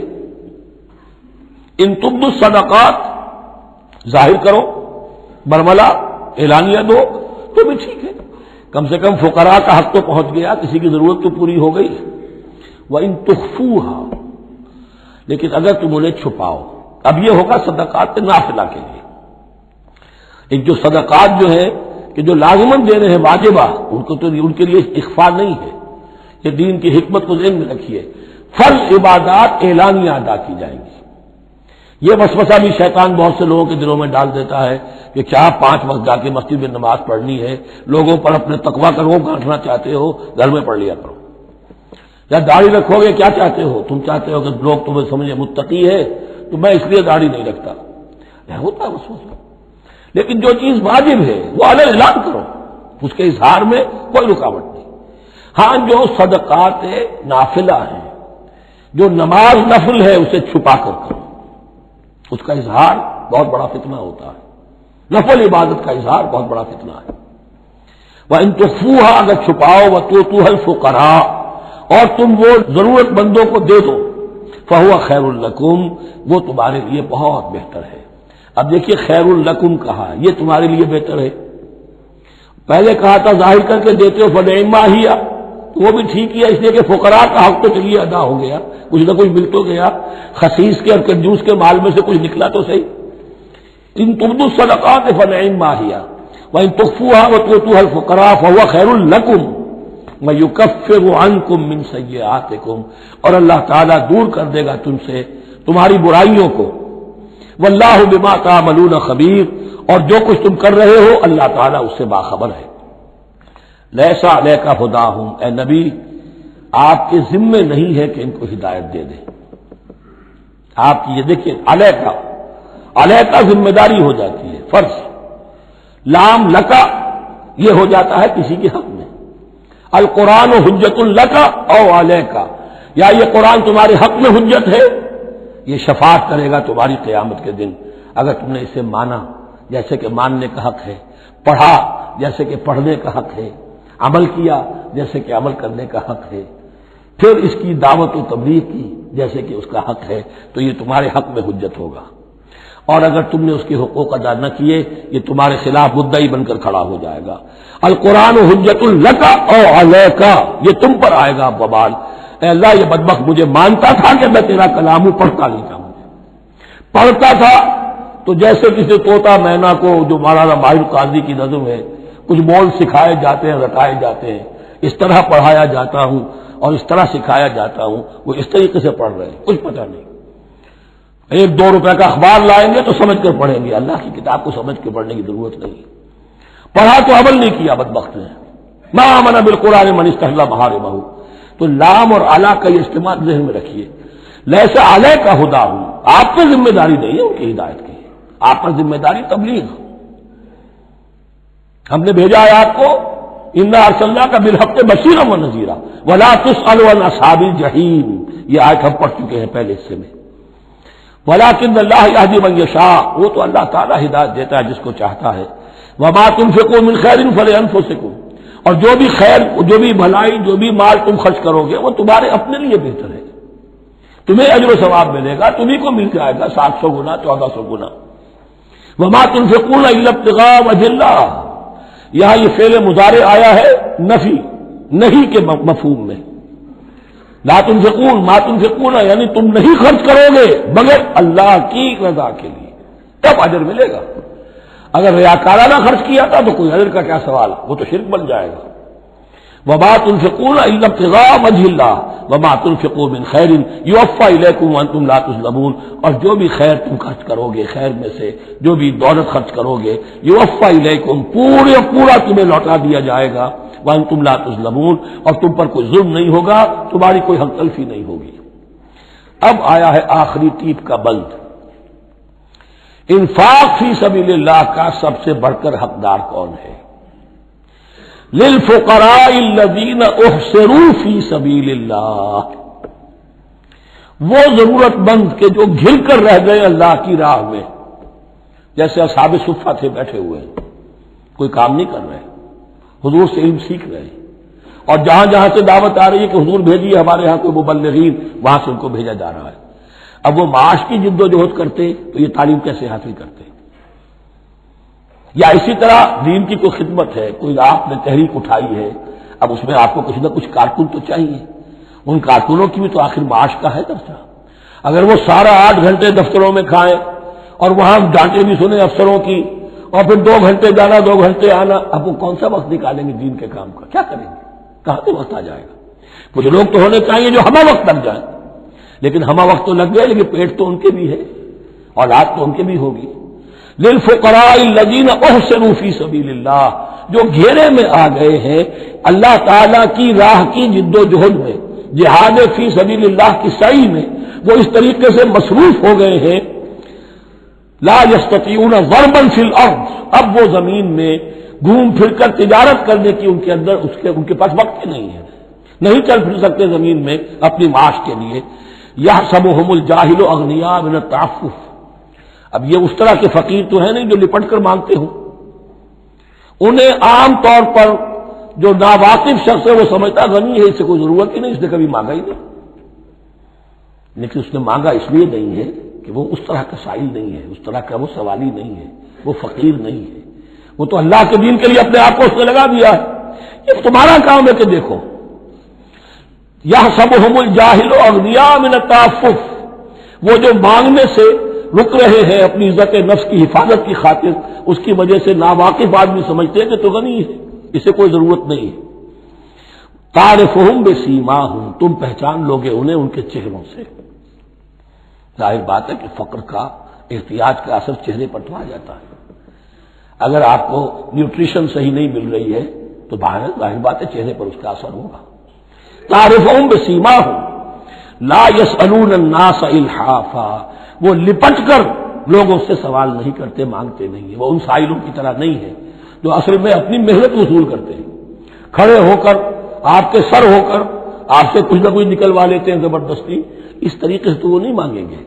یہ بات اہم مسئلہ ہے۔ اقامت دین کی جد و جہد میں جو لوگ ہمہ وقت لگ جائیں، آخر ان کے لیے کیا ذریعہ ہو۔ میں یہاں تفصیل میں نہیں جا سکتا، وقت بھی اس چنگ کا ختم ہو رہا ہے، لیکن یہ سمجھ لیجئے کہ یہ دو رکوع جو ہیں انفاق کا پورا مضمون، اس کا کلائمیکس جو ہے وہ یہ آیت ہے، للفقراء الذین احصروا فی سبیل اللہ لا یستطیعون ضربا فی الارض یحسبهم الجاہل اغنیاء من التعفف تعرفهم بسیماہم لا یسألون الناس الحافا وما تنفقوا من خیر فإن اللہ بہ علیم۔ اور جو بھی تم دولت مال خرچ کرو گے تو اللہ تعالیٰ اس کے علم میں ہوگا، یہ نہ سمجھنا کہ اللہ کے علم میں نہیں ہے۔ خاموشی کے ساتھ، اخفاء کے ساتھ ایسے لوگوں کے ساتھ تعاون کرو گے تو اللہ تعالیٰ جو ہے تمہیں اس کا پورا بھرپور بدلہ دے گا۔ الذین ينفقون اموالهم باللیل والنہار سرا وعلانیۃ فلہم اجرہم عند ربہم ولا خوف علیہم ولا هم یحزنون۔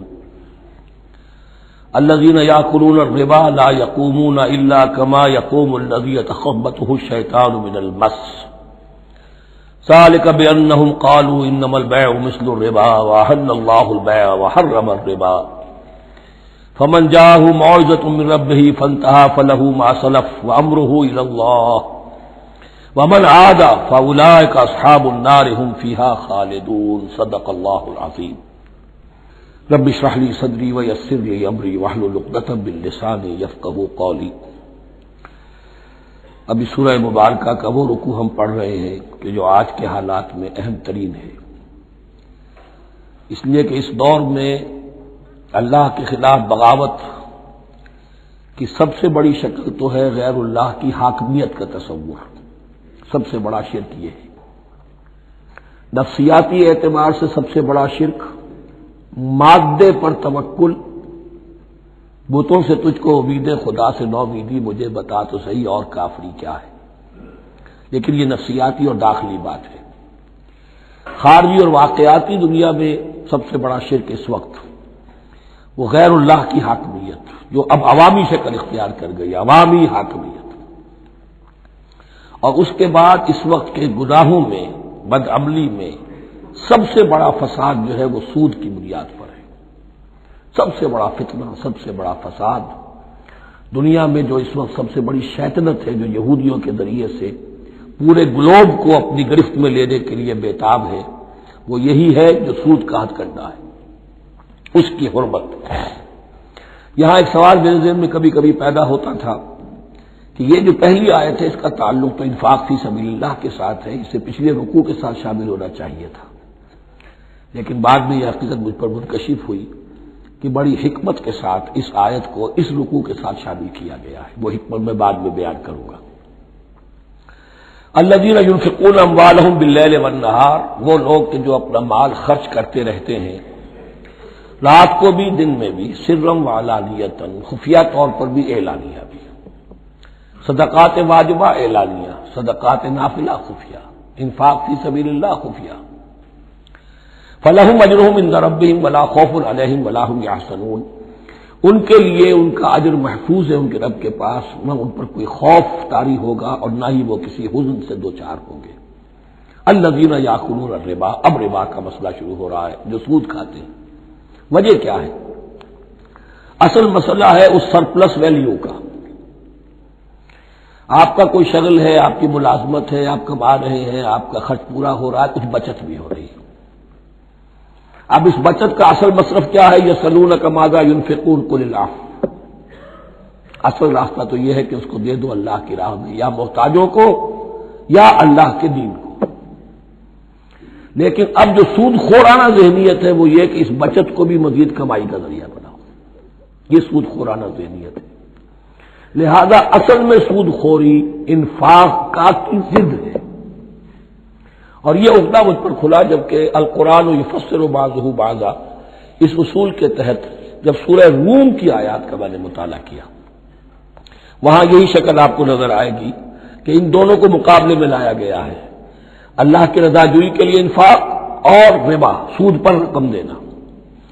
وما آتیتم من ربا لیربو فی اموال الناس فلا یربو عند اللہ، جو کچھ تم دیتے ہو سود پر کہ وہ بڑھے لوگوں کے مال میں، محنت وہ کر رہا ہے اور آپ اس کی کمائی میں سے آپ وصول کر رہے ہیں اپنے اس سرمایہ کی وجہ سے، تو یہ گویا کہ آپ کا مال اس کے مال میں اس کی محنت سے بڑھ رہا ہے۔ الذی ما آتیتم من ربا لیربو فی اموال الناس فلا یربو عند اللہ، اللہ کے ہاں بڑھوتری نہیں ہوتی۔ وما آتیتم من زکاۃ تریدون وجہ اللہ فاولئک هم المضعفون، اور وہ جو تم زکوٰۃ اور صدقات میں دے دیتے ہو اللہ کی رضا جوئی کے لیے، تو وہ ہے جو دوہرے چوہرے کر رہے ہیں، ان کا مال بڑھ رہا ہے، اس کی بڑھوتری ہو رہی ہے۔ تو انفاق فی سبیل اللہ، صدقات، زکوٰۃ، اس کے بالمقابل، اس کے برعکس ہے اپنی اس بچت کے مال کو، اور آپ کو معلوم ہے آج کی بینکنگ سسٹم کا سب سے زیادہ زور بچت کی اسکیم، اور یہ سب کا سب جو ہے در حقیقت saving bank, saving account, save کرو، لیکن سیو کرو مزید کمانے کے لیے۔ سیو جو ہے اس لیے نہیں ہے کہ اپنا پیٹ کاٹو اور غربا کو دو، اپنا سٹینڈرڈ آف لیونگ کم کرو اور اللہ کے دین کے لیے خرچ کرو، یہ نہیں، بلکہ اس لیے کہ وہ جو تم بچاؤ وہ ہمیں دو، تاکہ وہ ہم سود پر زیادہ رقم، زیادہ شرح سود پر دوسروں کو دے اور تھوڑا شرح سود تمہیں دے دے۔ اب اس کے برعکس الذین یاکلون الربا، جو لوگ سود کھاتے ہیں، لا یقومون الا کما یقوم الذی یتخبطہ الشیطان من المس، وہ نہیں کھڑے ہوتے مگر ان کی طرح سے کہ جن کو شیطان نے مخبوط الحواس بنا دیا ہو چھو کر۔ یہاں عام طور پر یہ سمجھا گیا کہ یہ قیامت کے دن کا نقشہ ہے، یہ قیامت کے دن کا نقشہ تو ہوگا ہی، اس دنیا میں بھی سود خوروں کا حال یہی ہے، اور اگر ان کا نقشہ دیکھنا ہو تو کسی اسٹاک ایکسچینج کو جا کے دیکھ لیجیے، معلوم ہوگا دیوانے ہیں، پاگل ہیں، چیخ رہے ہیں، دوڑ رہے ہیں، بھاگ رہے ہیں، وہ انسان نہیں نظر آتے اس وقت جو بھی کچھ ہو رہا ہوتا اسٹاک ایکسچینج کے اندر۔ مخبوط الحواس انسان جو ہے وہ ہو جاتا ہے، یہ سود خوری کی وجہ سے۔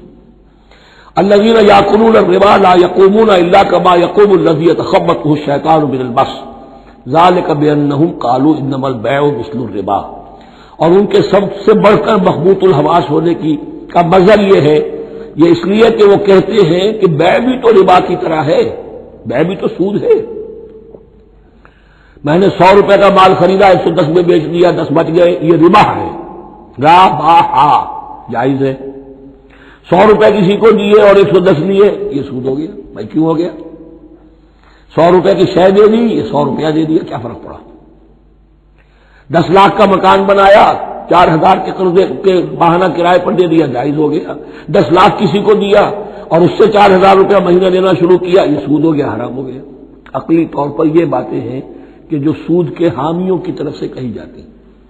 انما البیع مثل الربا، بیع میں بھی جو نفع ہوتا ہے، ربح اور ربا، یہ میں اس وقت بیان کر چکا ہوں سورہ بقرہ کے دوسرے رکوع کے ضمن میں۔ تو یہ جان لیجئے کہ اس ظاہری سی مناسبت کی وجہ سے ان کا مخبوط الحواس لوگ جو ہیں وہ اس دونوں کے اندر کوئی فرق محسوس نہیں کرتے۔ یہاں اللہ تعالیٰ نے ان کے قول کا عقلی جواب نہیں دیا، بلکہ جواب کیا دیا؟ احل اللہ البیع وحرم الربا، اللہ نے بیع کو حلال قرار دیا ہے اور ربا کو حرام قرار دیا ہے۔ اب تم بات یہ کرو اللہ کو مانتے ہو یا نہیں، رسول کو مانتے ہو یا نہیں، قرآن کو مانتے ہو کہ نہیں، یا اپنی عقل کو مانتے ہو؟ اگر تم مسلمان ہو، اگر تم مومن ہو تو اللہ کا حکم جو وہ فرمائے، نہ صرف اللہ کا، جو رسول کا ہے، ما آتاکم الرسول فخذوہ وما نہاکم عنہ فانتہوا، جو کچھ رسول تمہیں دے لے لو، اور جس چیز سے روکتے رک جاؤ۔ یہ تو شریعت کا معاملہ ہے۔ ویسے اس میں جو فرق واقع ہوتا ہے وہ یہ ہے کہ ایک ہے فلوئڈ منی، فلوئڈ کیپٹل، ایک ہے فکسڈ کیپٹل۔ مکان 10 لاکھ کا ہے، لیکن مکان سے جو شخص دے رہا فائدہ کیا اٹھائے گا؟ 1 مہینے رہے گا نا، بس اس کا بدل آپ نے لے لیا۔ 10 لاکھ روپے کسی کو نقد دے دیے، وہ کسی کام میں لگائے گا، 12 لاکھ بھی بن سکتے ہیں، 15 بھی لگ سکتے ہیں، 8 بھی رہ سکتے ہیں۔ اس میں آپ نے فکس اگر لیا تو یہ حرام ہے۔ ان دونوں میں اگرچہ عام طور پہ کہا جائے گا یہ بھی کیپٹل ہے وہ بھی کیپٹل ہے، مکان بھی تو سرمایہ کی ایک شکل ہے، لیکن یہ فکس کیپٹل ہے، اس کی شکل بدل نہیں رہی ہے۔ اس مکان میں تو ایک شخص رہ جائے گا، سکنا ہوگا، اس کی رہائش ہے، یا آپ کہیں گے اس کی ویئر اینڈ ٹیئر ہے تو اس کا آپ نے بدل لے لیا، بس ختم۔ لیکن وہ جائے گا، وہ مکان آپ کے لیے رہ جائے گا۔ لیکن یہ کہ 10 لاکھ جس کو دیا نقد، وہ کاروبار کرے گا، کچھ اور کہیں لگائے گا، اس کے اندر اضافہ بھی ہو سکتا ہے، کمی بھی ہو سکتی ہے، اس میں پھر فکس پروفٹ لینا یہ ہے حرام، اور ان دونوں میں کوئی مناسبت نہیں۔ لیکن اللہ تعالیٰ نے یہ جواب نہیں دیا، جواب دیا احل اللہ البیع وحرم الربا فمن جاءہ موعظۃ من ربہ فانتہی فلہ ما سلف، تو جس شخص کے پاس اس کے رب کی طرف سے یہ نصیحت پہنچ گئی اور وہ باز آ گیا، رک گیا، فلہ ما سلف، تو جو کچھ پہلے وہ لے چکا ہے وہ اس کا ہے، وہ اسے واپس نہیں دیا جائے گا، حساب کتاب نہیں کیا جائے گا کہ تم اتنا سود کھا چکے ہو واپس کرو۔ لیکن اس کا یہ مطلب بھی نہیں کہ اس کا کوئی گناہ ان پر نہیں ہوگا، وَأَمْرُهُ إِلَى اللَّهِ، اللہ کے حوالے رہے گا، معلق رہے گا، اللہ چاہے گا تو معاف بھی کر دے گا، اور اللہ چاہے گا تو پچھلے سود کے اوپر بھی اس کی سرزنش ہوگی۔ أَمْرُهُ إِلَى اللَّهِ وَمَنْ عَادَ، لیکن اس نصیحت کے آنے کے بعد بھی جس نے دوبارہ یہ حرکت کی فَأُولَٰئِكَ أَصْحَابُ النَّارِ هُمْ فِيهَا خَالِدُونَ، تو یہ جہنمی ہے اور اس میں ہمیشہ ہمیشہ رہے گا۔ يَمْحَقُ اللَّهُ الرِّبَا وَيُرْبِي الصَّدَقَاتِ، اللہ تعالیٰ ربا کو مٹاتا ہے، دباتا ہے۔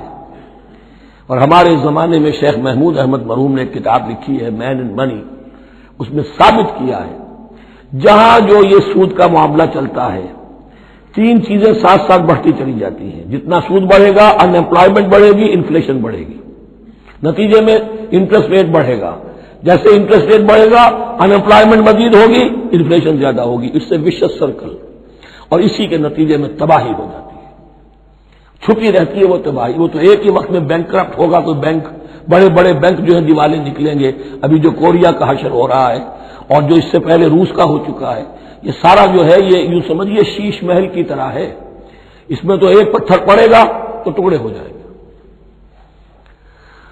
وَمَنْ عَادَ فَأُولَٰئِكَ أَصْحَابُ النَّارِ هُمْ فِيهَا خَالِدُونَ يَمْحَقُ اللَّهُ الرِّبَا وَيُرْبِي الصَّدَقَاتِ، اللہ تعالیٰ پالتا ہے، صدقات کو پالتا ہے، بڑھاتا ہے اللہ کے ہاں۔ وہ آیت میں سنا چکا ہوں آپ کو، سورہ روم کی 39ویں آیت ہے یہ، وَمَا آتَيْتُم مِّن رِّبًا لِّيَرْبُوَ فِي أَمْوَالِ النَّاسِ فَلَا يَرْبُو عِندَ اللَّهِ وَمَا آتَيْتُم مِّن زَكَاةٍ تُرِيدُونَ وَجْهَ اللَّهِ فَأُولَٰئِكَ هُمُ الْمُضْعِفُونَ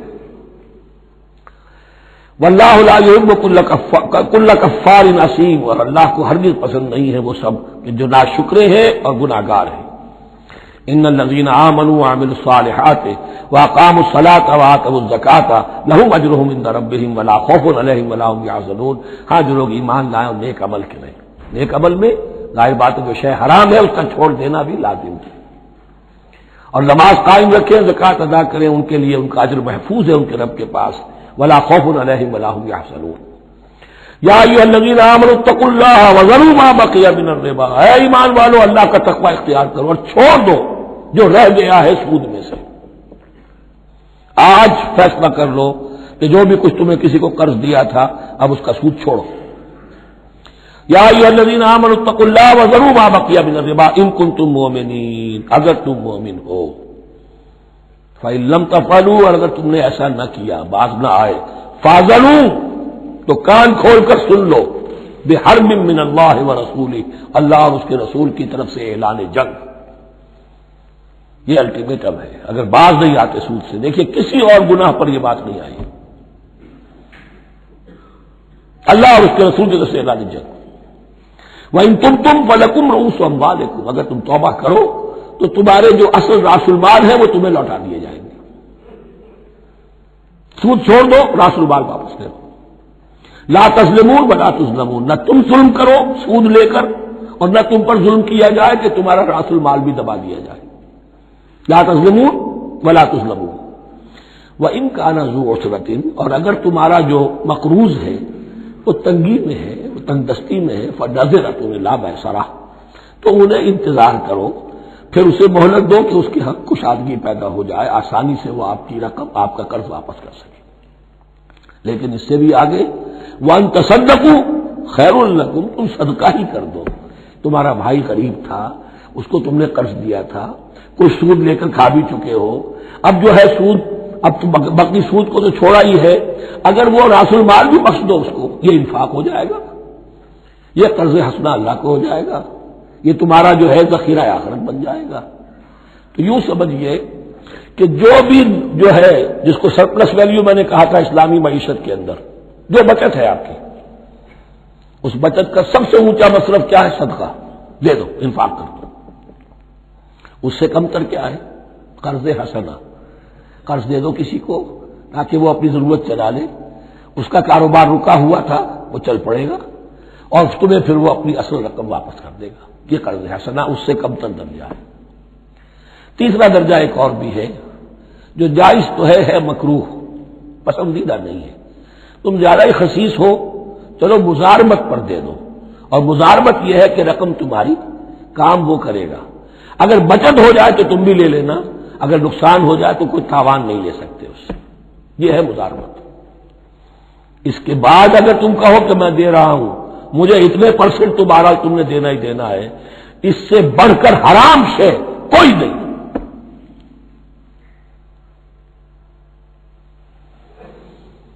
وَإِن كَانَ ذُو عُسْرَةٍ فَنَظِرَةٌ إِلَىٰ مَيْسَرَةٍ، تو اگر وہ ہے مقروض تمہارا وہ تنگی میں ہے، پھر انتظار کرو، اسے مہلت دو اس کی کشائش تک. وَأَن تَصَدَّقُوا خَيْرٌ لَكُمْ، اور اگر تم صدقہ ہی کر دو، خیرات کر دو، دے دو، بخش دو، وہ تمہارے لیے بہتر ہوگا. ان کنتم تعلمون، اگر تم جانتے ہو، اگر وہ حکمت تمہارے اندر آ گئی ہے، اگر تم اولو الالباب ہو، اگر تم سمجھدار ہو، تو جو کچھ تمہیں بچت اس سے ہوگی، جو اللہ کے ہاں جو ثواب ملے گا، وہ تمہیں یہ رقم واپس لے کر جو ہے اس سے کیا مل جائے گا. وَاتَّقُوا يَوْمًا تُرْجَعُونَ فِيهِ إِلَى اللَّهِ، یہ آیت آخری آیت ہے قرآن کی نزول کے اعتبار سے. آیت ڈرو اس دن سے، دیکھیے وہی آیت یاد کیجیے. وَاتَّقُوا يَوْمًا لَا تَجْزِي نَفْسٌ عَن نَفْسٍ شَيْئًا وَلَا يُقْبَلُ مِنْهَا شَفَاعَةٌ وَلَا يُؤْخَذُ مِنْهَا عَدْلٌ وَلَا هُمْ يُنصَرُونَ. وَاتَّقُوا يَوْمًا لَا تَجْزِي نَفْسٌ عَن نَفْسٍ شَيْئًا وَلَا يُقْبَلُ مِنْهَا عَدْلٌ وَلَا تَنفَعُهَا شَفَاعَةٌ وَلَا هُمْ يُنصَرُونَ. وَاتَّقُوا يَوْمًا تُرْجَعُونَ فِيهِ إِلَى اللَّهِ، ڈرو اس دن سے جس دن کے لوٹا دیے جاؤ گے تم اللہ کی طرف. ثُمَّ تُوَفَّىٰ كُلُّ نَفْسٍ مَّا كَسَبَتْ، پھر ہر جان کو پورا پورا دے دیا جائے گا جو کمائی اس نے کی ہوگی. وَهُمْ لَا يُظْلَمُونَ، اور ان پر کوئی ظلم نہیں ہوگا.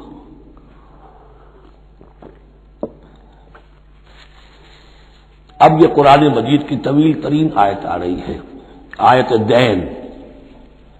کوئی قرض کا معاملہ ہے، کوئی قرض کا معاملہ ہے کہ آپ نے کسی کو قرض دیا، یا کوئی کاروباری معاملہ ہے، اشتراک ہے جس میں کہ جو بھی ہوگا بعد میں نتائج نکلیں گے.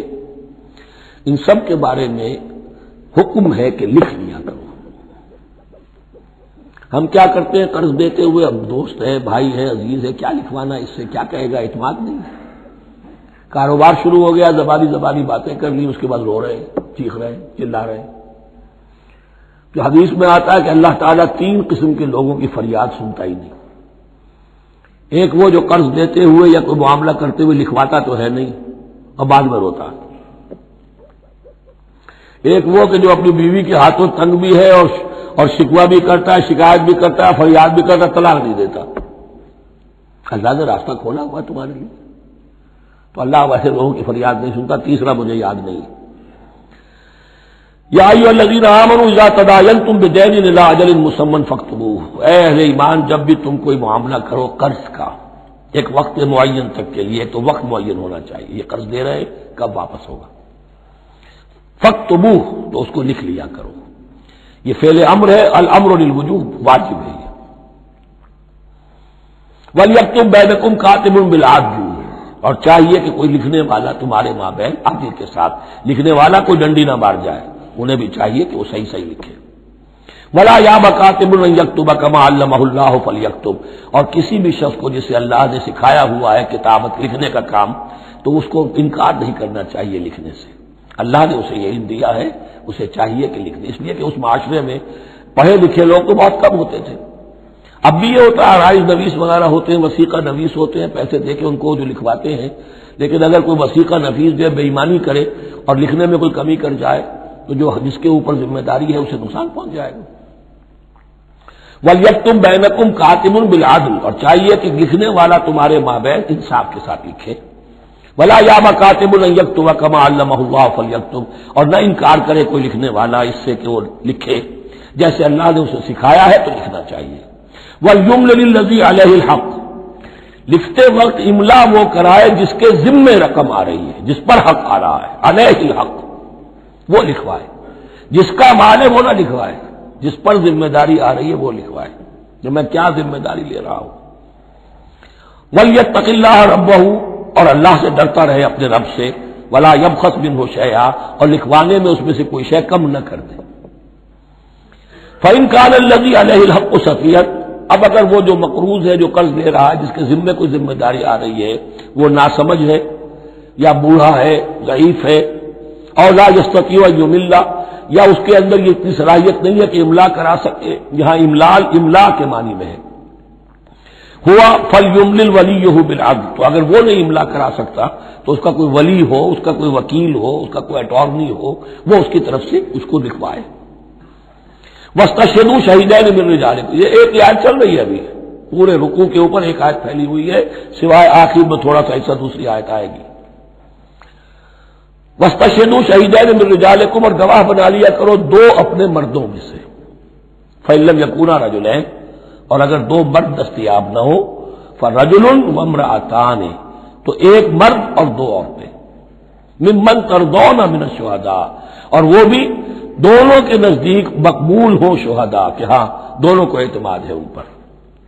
اب یہ جو سوال آ گیا کہ ایک مرد کی جگہ دو عورتیں، دو مرد یا پھر ایک مرد کا ہونا تو لازم ہو گیا، محض عورت کی گواہی نہیں چلے گی، لیکن اس کا آیا مسئلہ تو ہر قسم کے معاملے کا ہے یا قرض اور مالی معاملات میں وثیقہ نویسی کا، یہ ایک علیحدہ مسئلہ ہے، یہ تو باتیں پھر فقہا کے یہاں تفصیل سے ملتی ہیں، لیکن یہ مسئلہ موجود ہے کہ دو مرد، اور اگر دو مرد دستیاب نہ ہو تو ایک مرد اور دو عورتیں، تو سوال تو پیدا ہو گیا کہ کیا عورت کی گواہی عادی ہے؟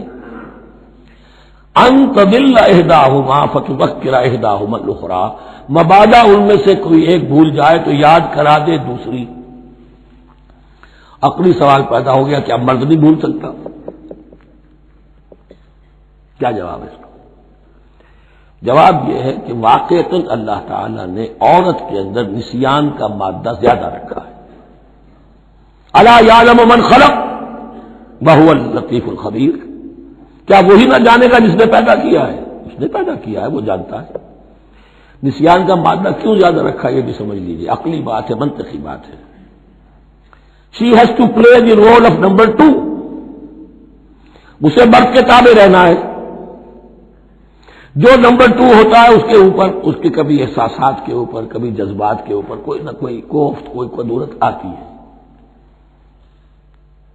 اور اس میں اللہ تعالیٰ نے ان کا سیفٹی والو رکھا ہوا، بھول جانا، اگر بھولنا نہ ہو، یاد بازی عذاب ہے یا رب، چھین لے مجھ سے حافظہ میرا، یہ نسیان جو ہے یہ بھی ایک بہت بڑی نعمت ہے، ورنہ تو کوئی صدمہ دل سے اتری نا، کوئی غصہ کبھی ختم ہوئی نا، تو بھولنے کا معاملہ یہ سیفٹی ویلو اللہ نے عورت میں زیادہ رکھا ہے، اس لیے کہ اسے مرد کے تابع ہو کر رہنا ہے، اور جب تابع ہو کر رہنا ہے تو اسے زیادہ اس کے احساسات پہ، جذبات پر زیادہ مواقع آئیں گے کہ اس کو کچھ تک پہنچے، اس کے لیے یہ سیفٹی ویل کے نسیان ہے، یہ زیادہ رکھ دیا گیا ہے۔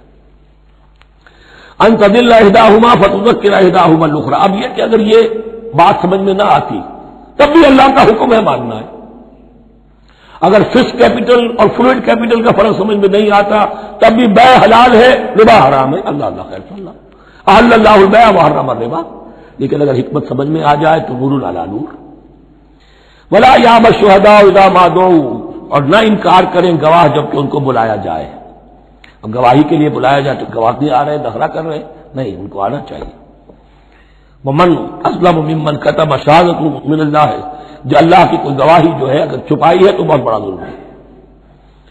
ولا تسأموا, اور اس سے تھکو مت, کسل مت کرو, سستی مت کرو, ان تکتبوہ ہو کہ تم لکھو اسے صغیرا اور کبیرا, چاہے چھوٹا معاملہ ہو چاہے بڑا ہو, الی اجل ہی, وقت معین کے لیے. اتنا قرض دے رہا ہوں, اتنے وقت میں آپ نے مجھے لوٹانا ہے.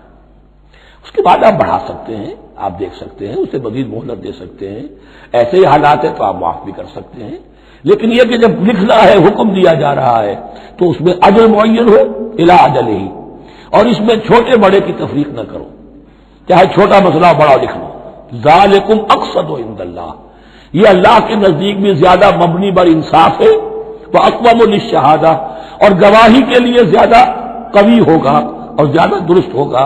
لکھی ہوئی شے ہوگی تو اب معاملہ جو ہے بہت واضح رہے گا, ورنہ زبانی یادداشت کے اندر کہیں کہیں جو ہے تعبیر ہی میں فرق ہو جاتا. وعدنا اللہ ترتابوا, اور یہ اس کے بہت قریب ہے کہ تم بھولو گے نہیں.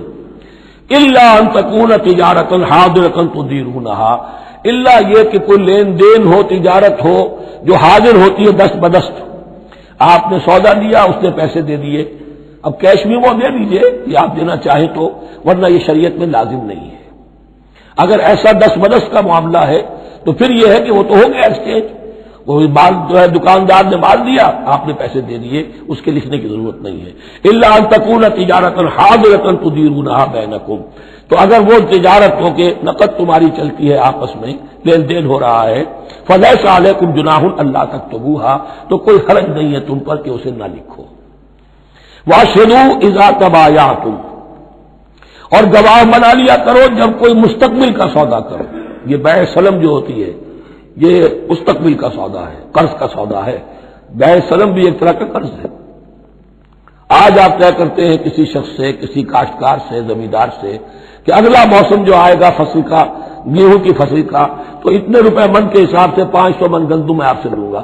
یہ بیع سلم کہلاتی ہے, اور اس میں لازم ہے کہ پوری قیمت ابھی ادا کر دیں. لیکن اس میں بھی کہ اس وقت آپ کو اتنی گندم دینی ہے, اس کو لکھوا لو اور اس پر 2 گواہ بنا لو. واشهدوا اذا تبایعتم ولا یضار کاتب ولا شہید, اور نہ نقصان پہنچایا جائے کسی لکھنے والے کو یا گواہ کو, اور نہ نقصان پہنچائے کوئی لکھنے والا یا گواہ. یہ یضار دونوں کے لیے آ جائے گا, یہ معروف بھی ہے اور مجرور بھی ہے. نہ ضرر پہنچایا جائے اور نہ ضرر پہنچائے, نہ کوئی کاتب اور نہ کوئی شہید گواہ. وَإِن تَفْعَلُوا, اگر تم ایسا کرو گے, نقصان پہنچاؤ گے, فَإِنَّهُ فُسُوقٌ بِكُمْ, تو یہ تمہارے لیے بہت بڑے گناہ کی بات ہوگی. وَاتَّقُوا اللَّهَ, اللہ سے ڈرو. وَيُعَلِّمُكُمُ اللَّهُ, اللہ تمہیں تعلیم دے رہا ہے. وَاللَّهُ بِكُلِّ شَيْءٍ عَلِيمٌ, اللہ ہر چیز کا علم رکھنے والا ہے. یہ ایک آیت ہوئی ہے. آخری پارے کی میرا غالب 4 5 6 صورتیں جمع کر لیں تو جا کر ہی ایک آیت کا حجم برابر ہوگا. جو میں نے کہا تھا کہ آیات کی تعین توقیفی ہے, یہ ہمارے حساب کتاب سے, گرامر سے, منطق سے, علم بیان سے کسی سے کوئی تعلق نہیں اس کا. وَإِن كُنتُمْ عَلَىٰ سَفَرٍ, اور اگر تم سفر پر ہو, وَلَمْ تَجِدُوا كَاتِبًا, اب وہاں کوئی لین دین کا معاملہ ہو گیا, قرض کا ہو گیا, کاتب کوئی ہے نہیں, فَرِحَانٌ مَقْبُوضَةٌ, تو کوئی گروی شے رکھ لو قبضے میں. فلاں شے آپ کے قبضے میں رہے گی, آپ اتنے پیسے مجھے دے دیجئے, میں جب یہ واپس کر دوں گا اپنی چیزیں آپ, میری چیز مجھے لوٹا دیجیے. یہ رہن ہے مقبوضہ. لیکن رہن سے کوئی فائدہ اٹھانے کی اجازت نہیں, وہ سود ہو جائے گا. اگر مکان رہن رکھا گیا ہے, قبضہ تو ہوگا اس کا, لیکن یہ کہ وہ اس کا کرایہ نہیں دے سکتا, کرایہ مالک کو جائے گا, اس سے کوئی استفادہ نہیں کر سکتا اس مال سے. رہان المقبوضہ. فإن أمن بعضكم بعضا, پھر اگر کوئی شخص اب اطمینان کرتا ہے اور اعتبار کرتا ہے تم میں سے بعض کسی بات کا، فَلْيُؤَدِّ الَّذِي اُؤْتُمِنَ أَمَانَتَهُ، تو اب چاہیے اس شخص کو کہ جس کے اوپر یہ امانت آئی ہے، اگرچہ اس کے پاس رہن دینے کو کچھ نہیں تھا، یا یہ کہ دوسرے بھائی نے اس پر اعتماد کیا اور اس کی وجہ سے کوئی شے رہن نہیں لی، تو اب اس سے کوئی غلط فائدہ نہ اٹھائے، وہ گویا کہ اس کے پاس جو اس نے قرض لیا امانت ہے، اس کے پاس وہ امین بنایا گیا ہے۔ فَلْيُؤَدِّ الَّذِي اُؤْتُمِنَ أَمَانَتَهُ، کہ آپ اپنی امانت واپس لوٹائے، وَلْيَتَّقِ اللَّهَ رَبَّهُ، اور ڈرے اللہ سے جو اس کا رب ہے، وَلَا تَكْتُمُوا الشَّهَادَةَ، اور دیکھو گواہی کو چھپایا نہ کرو، وَمَن يَكْتُمْهَا فَإِنَّهُ آثِمٌ قَلْبُهُ، اور جو کوئی گواہی کو چھپائے گا تو اس کا دل گناہ میں مبتلا ہو جائے گا، دل داغدار ہو گیا تو رہ کیا گیا۔ وَاللَّهُ بِمَا تَعْمَلُونَ عَلِيمٌ، اور جو کچھ تم کر رہے ہو اللہ اسے جانتا ہے۔ اللہ کے فضل و کرم سے آخری رکوع پر ہم پہنچ گئے، اور یہ بڑا ایک یوں سمجھئے 3 آیتوں پر مشتمل رکوع ہے، جیسے کہ وہ رکوع جو ہم نے پڑھا تھا جس میں آیت الکرسی 4 آیتیں ہیں وہ، اور یوں کہا جا سکتا ہے کہ یہ 2 رکوع ایک دوسرے کے بالکل بالمقابل ہیں اپنی عظمت میں اور مقام میں۔ آیت الکرسی کی جگہ یہاں ایک دعا کی آیت ہے، جامع ترین دعا جو آئے گی آخری آیت میں، للہ ما فی السماوات و ما فی الارض۔ اکثر و بیشتر آپ دیکھیں گے سورتوں کے اختتام پر یہ الفاظ پھر آتے ہیں، اللہ ہی کا ہے جو کچھ بھی ہے آسمانوں اور زمین میں، وَإِن تُبْدُوا مَا فِي أَنفُسِكُمْ أَوْ تُخْفُوهُ، اور جو کچھ تمہارے دلوں میں ہے خواہ تم اسے ظاہر کرو خواہ چھپاؤ، یحاسبکم بہ اللہ، اللہ تم سے محاسبہ کر لے گا، تمہاری نیتیں اس کے علم میں ہیں۔ ان اللہ لا ينظر الى صورکم ولا الى اموالکم ولکن ينظر الى قلوبکم واعمالکم، اللہ تمہاری صورتوں کو نہیں دیکھتا، تمہارے مال و دولت کو نہیں دیکھتا، تمہارے دل کو دیکھتا ہے، تمہارے اعمال کو دیکھتا ہے۔ تو دل میں جو کچھ ہے خواہ کتنا ہی چھپا لو اللہ کے محاسبے سے نہیں بچو گے۔ فَيَغْفِرُ لِمَن يَشَاءُ وَيُعَذِّبُ مَن يَشَاءُ، پھر وہ بخش دے گا جس کو چاہے گا اور عذاب دے گا جس کو چاہے گا۔ اختیار مطلق اللہ کے ہاتھ میں ہے۔ ہمارے ہاں اہل سنت کا عقیدہ یہی ہے، اللہ پر لازم نہیں ہے کہ وہ نیکوکار کو اس کا جزا ضرور دے اور بدکار کو اس کی سزا ضرور دے، اللہ کرے گا ایسا، یہ دوسری بات ہے، لیکن اللہ کی شان اس سے بہت اعلیٰ اور عرفہ ہے کہ اس پر کسی شے کو لازم قرار دیا جائے، اس کا اختیار مطلق ہے، مطلق۔ یفعل اللہ ما یرید، یفعل اللہ ما یشاء۔ اہل تشیع کا کہنا یہ ہے کہ اللہ پر عدل واجب ہے، اہل سنت کہتے ہیں اللہ عدل کرے گا، جزا و سزا میں عدل ہوگا، یہ ہم مانتے ہیں، واقعہ ہے، لیکن ہم یہ نہیں کہتے کہ اللہ پر عدل واجب ہے، اللہ پر کوئی شے واجب نہیں، بلکہ اللہ نے تو کتب علی نفسہ الرحمہ، اپنے اوپر واجب کیا ہے رحمت کو، وجوب کا لفظ جو آتا ہے اللہ پر تو وہ تو رحمت کا ہے، کتب علی نفسہ الرحمہ، اللہ نے اپنی ذات کے اوپر واجب کر لیا رحمت کو۔ واللہ علی کل شیء قدیر، اور اللہ ہر چیز کی قدرت رکھتا ہے۔ آمن الرسول بما انزل الیہ من ربہ والمؤمنون، ایمان لائے رسول صلی اللہ علیہ وسلم اس چیز پر کہ جو نازل کی گئی ان کی جانب ان کے رب کی طرف سے۔ غور طلب بات ہے، یہ بڑا باریک نکتہ ہے۔ نبی پر جب وحی آئی ہے کیسے پہچان دیا کہ یہ بدروح نہیں ہے، یہ جبرائیل ہے؟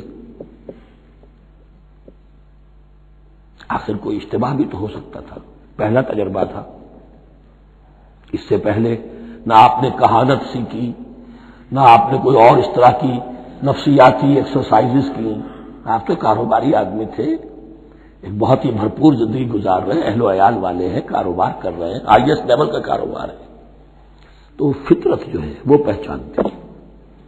نبی کی فطرت وہ اتنی پاک اور صاف ہوتی ہے کہ اس کے اوپر کوئی بدروح کا کوئی اثر ہو ہی نہیں سکتا۔ اگرچہ اس میں ایک اور واقعہ میں نے ایک جگہ پڑھا تھا، وہ میں پھر کسی وقت موقع آیا تو سناؤں گا آپ کو، اس وقت نہیں ہے۔ بہرحال ہمارے لیے بڑی تسکین کی بات ہے کہ اللہ تعالیٰ نے رسول کے ایمان کے تذکرے کے ساتھ ہمارے ایمان کا تذکرہ کیا۔ آمن الرسول بما انزل الیہ من ربہ والمؤمنون، ایمان لائے رسول صلی اللہ علیہ وسلم اس چیز پر جو نازل کی گئی ان کی جانب ان کے رب کی طرف سے، اور ایمان لائے صاحب ایمان۔ اللہم ربنا اجعلنا منہم، اللہم ربنا اجعلنا منہم۔ کلنا آمن باللہ وملائکتہ وکتبہ ورسلہ، یہ دوسرا مقام ہے سورہ بقرہ کے اندر جس میں ایمان کے جو اجزاء ہیں ان کو گنا گیا ہے۔ یاد ہے آیت البر، لیس البر ان تولوا وجوہکم قبل المشرق والمغرب ولکن البر من آمن باللہ والیوم الآخر والملائکۃ والکتاب والنبیین، یہاں بھی اسی طرح ہے کلنا آمن باللہ وملائکتہ وکتبہ ورسلہ لا نفرق بین احد من رسلہ۔ اور یہ تیسری مرتبہ بات آ گئی ہے کہ رسولوں کے درمیان کوئی تفریق نہیں کی جائے گی۔ کہاں؟ پہلے تو آیا تھا 16ویں رکوع میں لا نفرق بین احد منہم ونحن له مسلمون، اور اس سے بھی پہلے آیا تھا والذین یؤمنون بما انزل الیک وما انزل من قبلک، وہ لوگ جو ایمان رکھتے ہیں اس پر بھی جو ہے نبی آپ پر نازل کیا گیا اور اس پر بھی جو آپ سے پہلے نازل کیا گیا۔ لا نفرق بین احد من رسلہ، ہم اس کے رسولوں میں سے کسی کے مابین کوئی تفریق نہیں کرتے۔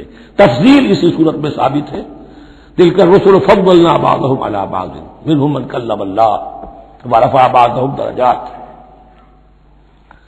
وقالوا سمعنا واطعنا، وہی بات کہ جو کہی گئی تھی جب ان سے کہا گیا تھا واسمعوا، کیا کہا تھا انہوں نے؟ سمعنا وعصینا، سمعنا واطعنا، وہ کہتے ہیں ہم نے سنا اور مانا۔ غفرانک ربنا، ہماری درخواست ہے پروردگار تیری بخشش مانگتے ہیں۔ غفرانک، نون پر زبر ہے، مفعول ہے، نسألک غفرانک، اے اللہ ہم تجھ سے سوالی ہیں، تجھ سے طلب کرتے ہیں، درخواست کرتے ہیں تیری مغفرت کا۔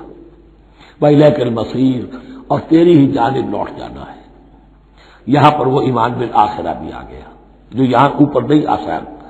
آمن باللہ وملائکتہ وکتبہ ورسلہ، پھر رسولوں کے ضمن میں لا نفرق بین احد من رسلہ، لیکن اس کے بعد وإلیک المصیر، مغفرت اور اللہ کی طرف ہی لوٹ جانا ہے ہمارا، اس میں ایمان بالآخرہ آ گیا۔ اب آخری آیت، لا یکلف اللہ نفسا الا وسعها، اللہ تعالی نہیں ذمہ دار ٹھہرائے گا کسی جان کو مگر اس کی وسعت کے مطابق۔ یہ بہت بڑے فضل و کرم والی آیت ہے، جیسے میں نے کہا تھا میگنا کارٹا جو ہے انسانی حقوق کا، کہ اجیب دعوت الداع اذا دعان، جہاں بھی مجھے کوئی پکارے، جب پکارے میں اس کی پکار سنتا ہوں، قبول کرتا ہوں۔ ہاں فلیؤمنوا بی فلیستجیبوا لی، انہیں بھی چاہیے کہ میرا کہنا مانے۔ دو طرفہ بات چلے گی، یک طرفہ نہیں۔ میری مانو، اپنی منواؤ، تم دعائیں کرو گے ہم قبول کریں گے، تم ہماری بات نہیں مانتے پھر تمہاری دعا تمہارے منہ پر دے ماری جائے گی۔ کرتے رہو قنوت نازلہ 40 دن کے 80 دن پڑھتے رہو، ڈھاکہ تو بیٹھ ہی جائے گا، بیٹھ گئے۔ یہودیوں سے شکست تو ہو ہی جائے گی، ہو گئی۔ کرتے رہو، حرمین میں پڑھتے رہو قنوت نازلہ، مکے میں پڑھو، مدینے میں پڑھو، پوری دنیا میں پڑھو۔ اللہ کو پیٹھ دکھائی ہوئی ہے، اس کے دین کو پاؤں تلے روندا ہوا ہے، اللہ کے باغیوں سے دوستی ہے۔ کسی نے قبلہ ماسکو کو بنایا تھا اور کسی نے واشنگٹن کو بنایا تھا، تمہاری دعائیں کیسے قبول ہوں؟ لیکن یہ جو آیت ہے یہ اس اعتبار سے بہت بڑی رحمت کی آیت ہے کہ اللہ تعالیٰ کے ہاں وہ اندھے کی لاٹھی والا معاملہ نہیں ہے کہ تمام انسانوں سے محاسبہ ایک ہی سطح پر ہو۔ اللہ جانتا ہے کس کی کتنی وسعت ہے، اور وسعت کن چیزوں سے بنتی ہے۔ آپ کو کوئی اور جین ملے ہیں، مجھے کوئی اور جین ملے ہیں، انہیں کوئی اور جین ملے ہیں، یہ جینز، ان جینز کی اپنی اپنی خصوصیات ہیں، خصائص ہیں، پراپرٹیز ہیں، لیمیٹیشنز ہیں۔ آپ کو کوئی اور ماحول ملا، اسے کوئی اور ماحول ملا، اسے کوئی اور ماحول ملا، تو hereditary factors multiplied by environmental factors, ان دونوں سے ایک شخصیت کا ہیولہ بنتا ہے انسان کا، جس کو پاٹن کہتے ہیں ہمارے مستری لوگ۔ جب لوہے کا کوئی شے جو ہے ڈھالنی ہے تو اس کے لیے پہلے مٹی کا یا لکڑی کا ایک پیٹرن بناتے ہیں، انگریزی میں پیٹرن ہے، وہ پاٹن کہتے ہیں ہمارے مصری لوگ. اب آپ لوہا جو ہے اس کو جب اسے کر لیں گے، مائع بنا لیں گے، گلا لیں گے، پھر اس میں ڈالیں گے، وہی شکل ہو جائے گی. یہ شاکلہ ہے ہر انسان کا جو بن جاتا ہے. قل کل یعمل علی شاکلتہ فربکم اعلم بمن هو اہدی سبیلا. اس شاکلہ کے اندر اندر آپ کو محنت کرنی ہے. اللہ جانتا ہے کس کا شاکلہ وسیع تھا، کس کا شاکلہ تنگ تھا، کس کے جینز اعلیٰ تھے، کس کے جینز ادنا تھے، کس کے ہاں ذہانت زیادہ تھی، کس کے ہاں جسمانی قوت زیادہ تھی. جو بھی کچھ اس نے دیا ہے، جس کو وہاں ہم نے رکھا اس کو وہاں رکھا، اس نے وہاں تعلیم پائی، اس نے یہاں تعلیم پائی. جو بھی انوائرمنٹل فیکٹرز آئے ہیں، جو بھی جینیٹک فیکٹرز آئے ہیں، سب اللہ کے علم میں ہے. ان سب کو ملحوظ رکھ کے اللہ حساب دے گا. جو شاکلہ ہم نے تمہیں دیا تھا اس میں تم نے کیا کیا.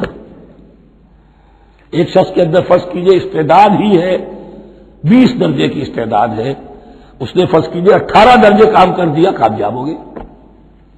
کسی میں استعداد 100 درجے کی تھی، اس نے 50 درجے کیا، ناکام ہو گئے.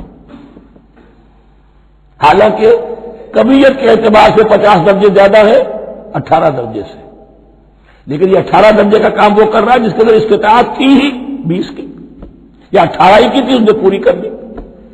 اور 50 درجے والا وہ جس کو اللہ نے دے رکھی تھی 1000 کی استطاعت، اس کا وہ 50 بیکار ہو گیا. تو اللہ تعالیٰ کا محاسبہ جو ہے انڈیویجول ہے. اس لیے فرمایا گیا کلہم آتی ہے یوم القیامت فردا.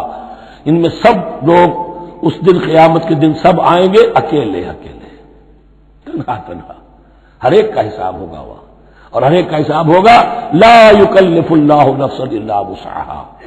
اللہ ذمہ دار نہیں ٹھہرائے گا کسی بھی جان کو مگر اس کی وسعت کے مطابق. البتہ اس کا ایک ریورس ہے. ہوتا کیا ہے، ہم سمجھتے ہیں دنیا میں تو بھاگ دوڑ کر رہے ہیں، اور دین اجی ہمارے اندر تو استطاعت دین کے کام کی صلاحیت ہی نہیں ہے. دنیا میں دیکھیں بڑے کامیاب تیزی کے ساتھ دوڑ رہے ہیں، کامیاب پر کامیاب. یہ دین ہمارے اندر تو استطاعت نہیں ہے، استعداد ہی نہیں ہے، کیا کریں. یہ دھوکہ ہے، سیلف ڈسپشن ہے. استعداد اور استطاعت کے بغیر اور صلاحیت اور ذہانت کے بغیر دنیا میں بھی آپ کما نہیں سکتے، محنت نہیں کر سکتے، کوئی نتائج حاصل نہیں کر سکتے. یہ دھوکہ اپنے آپ کو نہ دیجیے. یہ ہے جو کچھ کر سکتے ہو کیجیے، کھودیے اپنی شخصیت کو، کھود کر جو نکال سکتے ہو نکال دیجیے. ہاں آپ نکال سکیں گے اتنا ہی جتنا آپ کے اندر ودیت ہے، زیادہ کہاں سے لے آئیں گے. اور اللہ نے کس میں کیا ودیت کیا ہے وہ جانتا ہے. اس کا حساب لینا جو ہے محاسبہ وہ اس پر ہے کہ جو اس نے تمہیں دیا ہے.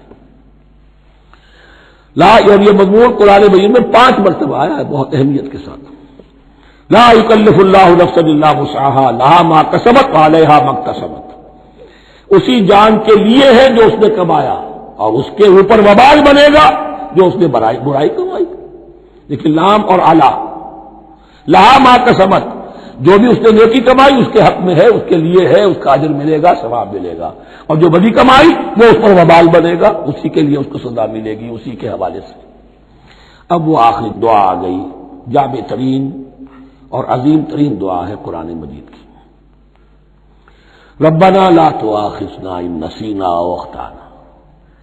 اہل ایمان کے راستے پر، عمل صالح کے راستے پر مقدور بھر، امکان بھر اپنی شخصیت کے کونوں کھجروں میں سے بھی نکال کر، اپنی ریزیڈول انرجیز کو بھی نکال کر اللہ کی راہ میں لگا لیں. لیکن اس کے بعد بھی کوئی غرہ نہ ہو، کوئی غرور نہ ہو، کوئی اپنی محنت پر، اپنی نیکی پر، اپنی کمائی پر، اپنے کارناموں پر کہیں انسان دھوکہ نہ کھا جائے. کیفیت کیا رہنی چاہیے وہ یہ ہے تواضع، عجز، انکساری.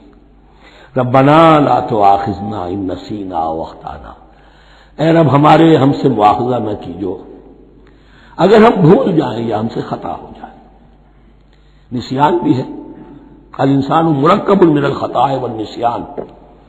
انسان کے اندر یہ دونوں چیزیں، خطا اور نسیان، یہ تو گندی ہوئی ہیں. خطا یہ ہے کہ آپ نے اپنی امکانی حد تک تو نشانہ ٹھیک لگایا تھا، نشانہ خطا ہو گیا، ٹھیک ہے، کوئی بات نہیں، آپ کی نیت صحیح تھی. ایک اجتہاد کرنے والا اجتہاد کر رہا ہے، امکانی حد تک اس نے کوشش کی ہے کہ صحیح رائے تک پہنچے، لیکن خطا ہو گئی، اللہ معاف کرے گا۔ اس نے اپنی امکانی کوشش کی تھی، لہذا اسے ثواب ملے گا۔ مجتہد مخطی بھی ہو تو ثواب ملے گا، مجتہد مصیب ہے، صحیح رائے پر پہنچ گیا ہے تو دوہرا ثواب ملے گا، لیکن مجتہد مخطی ہے تب بھی ثواب ملے گا۔ تو بھول چوک پر، یہ بھول چوک خطا جو ہے، چوک صحیح ہے بالکل لفظ اس کے لیے، چوک جانا، نشانہ چوک گیا۔ تو اے پروردگار، جو بھی ہم سے سرزد ہو جائے، غلطی ہو جائے، بھول کی وجہ سے یا خطا کی وجہ سے، اس پر معاوضہ نہ کیجیے۔ ربنا ولا تحمل علینا اصرا کما حملتہ علی الذین من قبلنا، اور اے رب ہمارے، ہم پر وہ بوجھ نہ ڈالیو جس سے ہم لے کر چل نہ سکیں۔ دیکھیے ایک حمل ہوتا ہے جس سے حمال کا لفظ بنا ہے، جس کو لے کر انسان چلتا ہے۔ حمال اس بوری کو یا بوجھ کو اٹھا کر چل رہا ہے، جو آپ کی طاقت میں ہے اور جس سے لے کر آپ چل سکیں، وہ ہے حمل۔ اور جو ہو آپ کو بٹھا دے، اسر اس کو کہتے ہیں۔ یہ لفظ سورہ اعراف میں پھر آئے گا، یضع عنہم اسرہم والاغلال التی کانت علیہم۔ حضور کی شان یہ بھی تھی کہ انہوں نے لوگوں کے بوجھ جو ان کی طاقت سے بڑھ کر تھے ان کے کندھوں سے اتار دیے۔ ربنا ولا تحمل علینا اصرا کما حملتہ علی الذین من قبلنا، اے اللہ تو نے بڑے بڑے بھاری بوجھ ہم سے پہلے لوگوں پر ڈالے۔ شریعت بھی پہلے بھاری تھی، بہت سے معاملات ہم نے دیکھ لیے، روزہ ہمارے لیے کتنا آسان کر دیا گیا، رات کو نکال دیا روزے سے، کہہ دیا خاص طور پہ کھاؤ پیو ضرور، سحری ضرور کرو، تسحروا فإن فی السحور برکہ، کتنی آسانی ہے۔ رات میں تعلق زن و شو کی اجازت ہے، وہاں ان کے روزے میں چپ بھی تھا، چپ بھی رہو، نہ کھاؤ نہ پیو، نہ تعلق زن و شو، نہ گفتگو، تو آسانی کی ہے۔ ان کے ہاں یوم سبت کا حکم تھا اتنا سخت، کوئی کام نہیں کرو گے۔ ہمارے ہاں وہ تھوڑے سے وقت کے لیے، اذا نودی للصلاۃ من یوم الجمعۃ فاسعوا الی ذکر اللہ وذروا البیع، اذان سے لے کر اور نماز کے ادا ہو جانے تک ہر کاروبار دنیاوی حرام ہے، لیکن اس سے پہلے اس کے بعد آپ کر سکتے ہیں، تو آسانی ہے۔ ربنا ولا تحمل علینا اصرا کما حملتہ علی الذین من قبلنا ربنا ولا تحملنا ما لا طاقۃ لنا بہ، اور اے رب ہمارے، ہم پر وہ بوجھ نہ عائد کیجو، ہم پر ڈالیو جس کی کہ ہمارے اندر طاقت نہ ہو۔ واعف عنا، ہم سے درگزر فرماتا رہے، ہمیں معاف کرتا رہے، واغفر لنا، اور ہمیں بخشتا رہے۔ مغفرت کا لفظ جو ہے اس کو سمجھ لیجئے ڈھانپنا، مغفر کہتے ہیں خود کو، جو ہیلمٹ پہنا ہوتا ہے تاکہ گولی جو ہے وہ سر پہ لگے تو یہ آپ کو بچا لے۔ مغفر خود پہنتے تھے تلوار کے وار سے سر کو بچانے کے لیے، سر کو ڈھانپا ہوا مغفر سے، تو گناہ کو اللہ تعالیٰ اپنی رحمت سے ڈھانپ دے۔ واغفر لنا، ہماری خطاؤں کی پردہ پوشی فرما دے۔ ورحمنا، اور ہم پر رحم فرما۔ انت مولانا، تو ہمارا مولا ہے، والی ہے، ہمارا پشت پناہ ہے، مددگار ہے۔ اللہ ولی الذین آمنوا یخرجہم من الظلمات الی النور فانصرنا علی القوم الکافرین، بس ہماری مدد فرما کافروں کے مقابلے میں۔ انہی الفاظ پر وہ دعا ختم ہوئی تھی جو طالوت کے ساتھیوں نے کی تھی علیہ الصلوۃ والسلام۔ اصل میں یہ دعا اب تلقین کی جا رہی ہے، مرحلہ سخت آ رہا ہے، مرحلہ سخت ہے اور جان عزیز، تاب لاتے ہی بنے گی آپ غالب۔ اب وہ مرحلہ آ رہا ہے، اس کے لیے تیار ہو جاؤ۔ یہ سارا حصہ جو ہے در حقیقت یہ تمہید ہے غزوہ بدر کی۔ بارک اللہ لی ولکم فی القرآن العظیم ونفعنی وإیاکم بالآیات والذکر الحکیم۔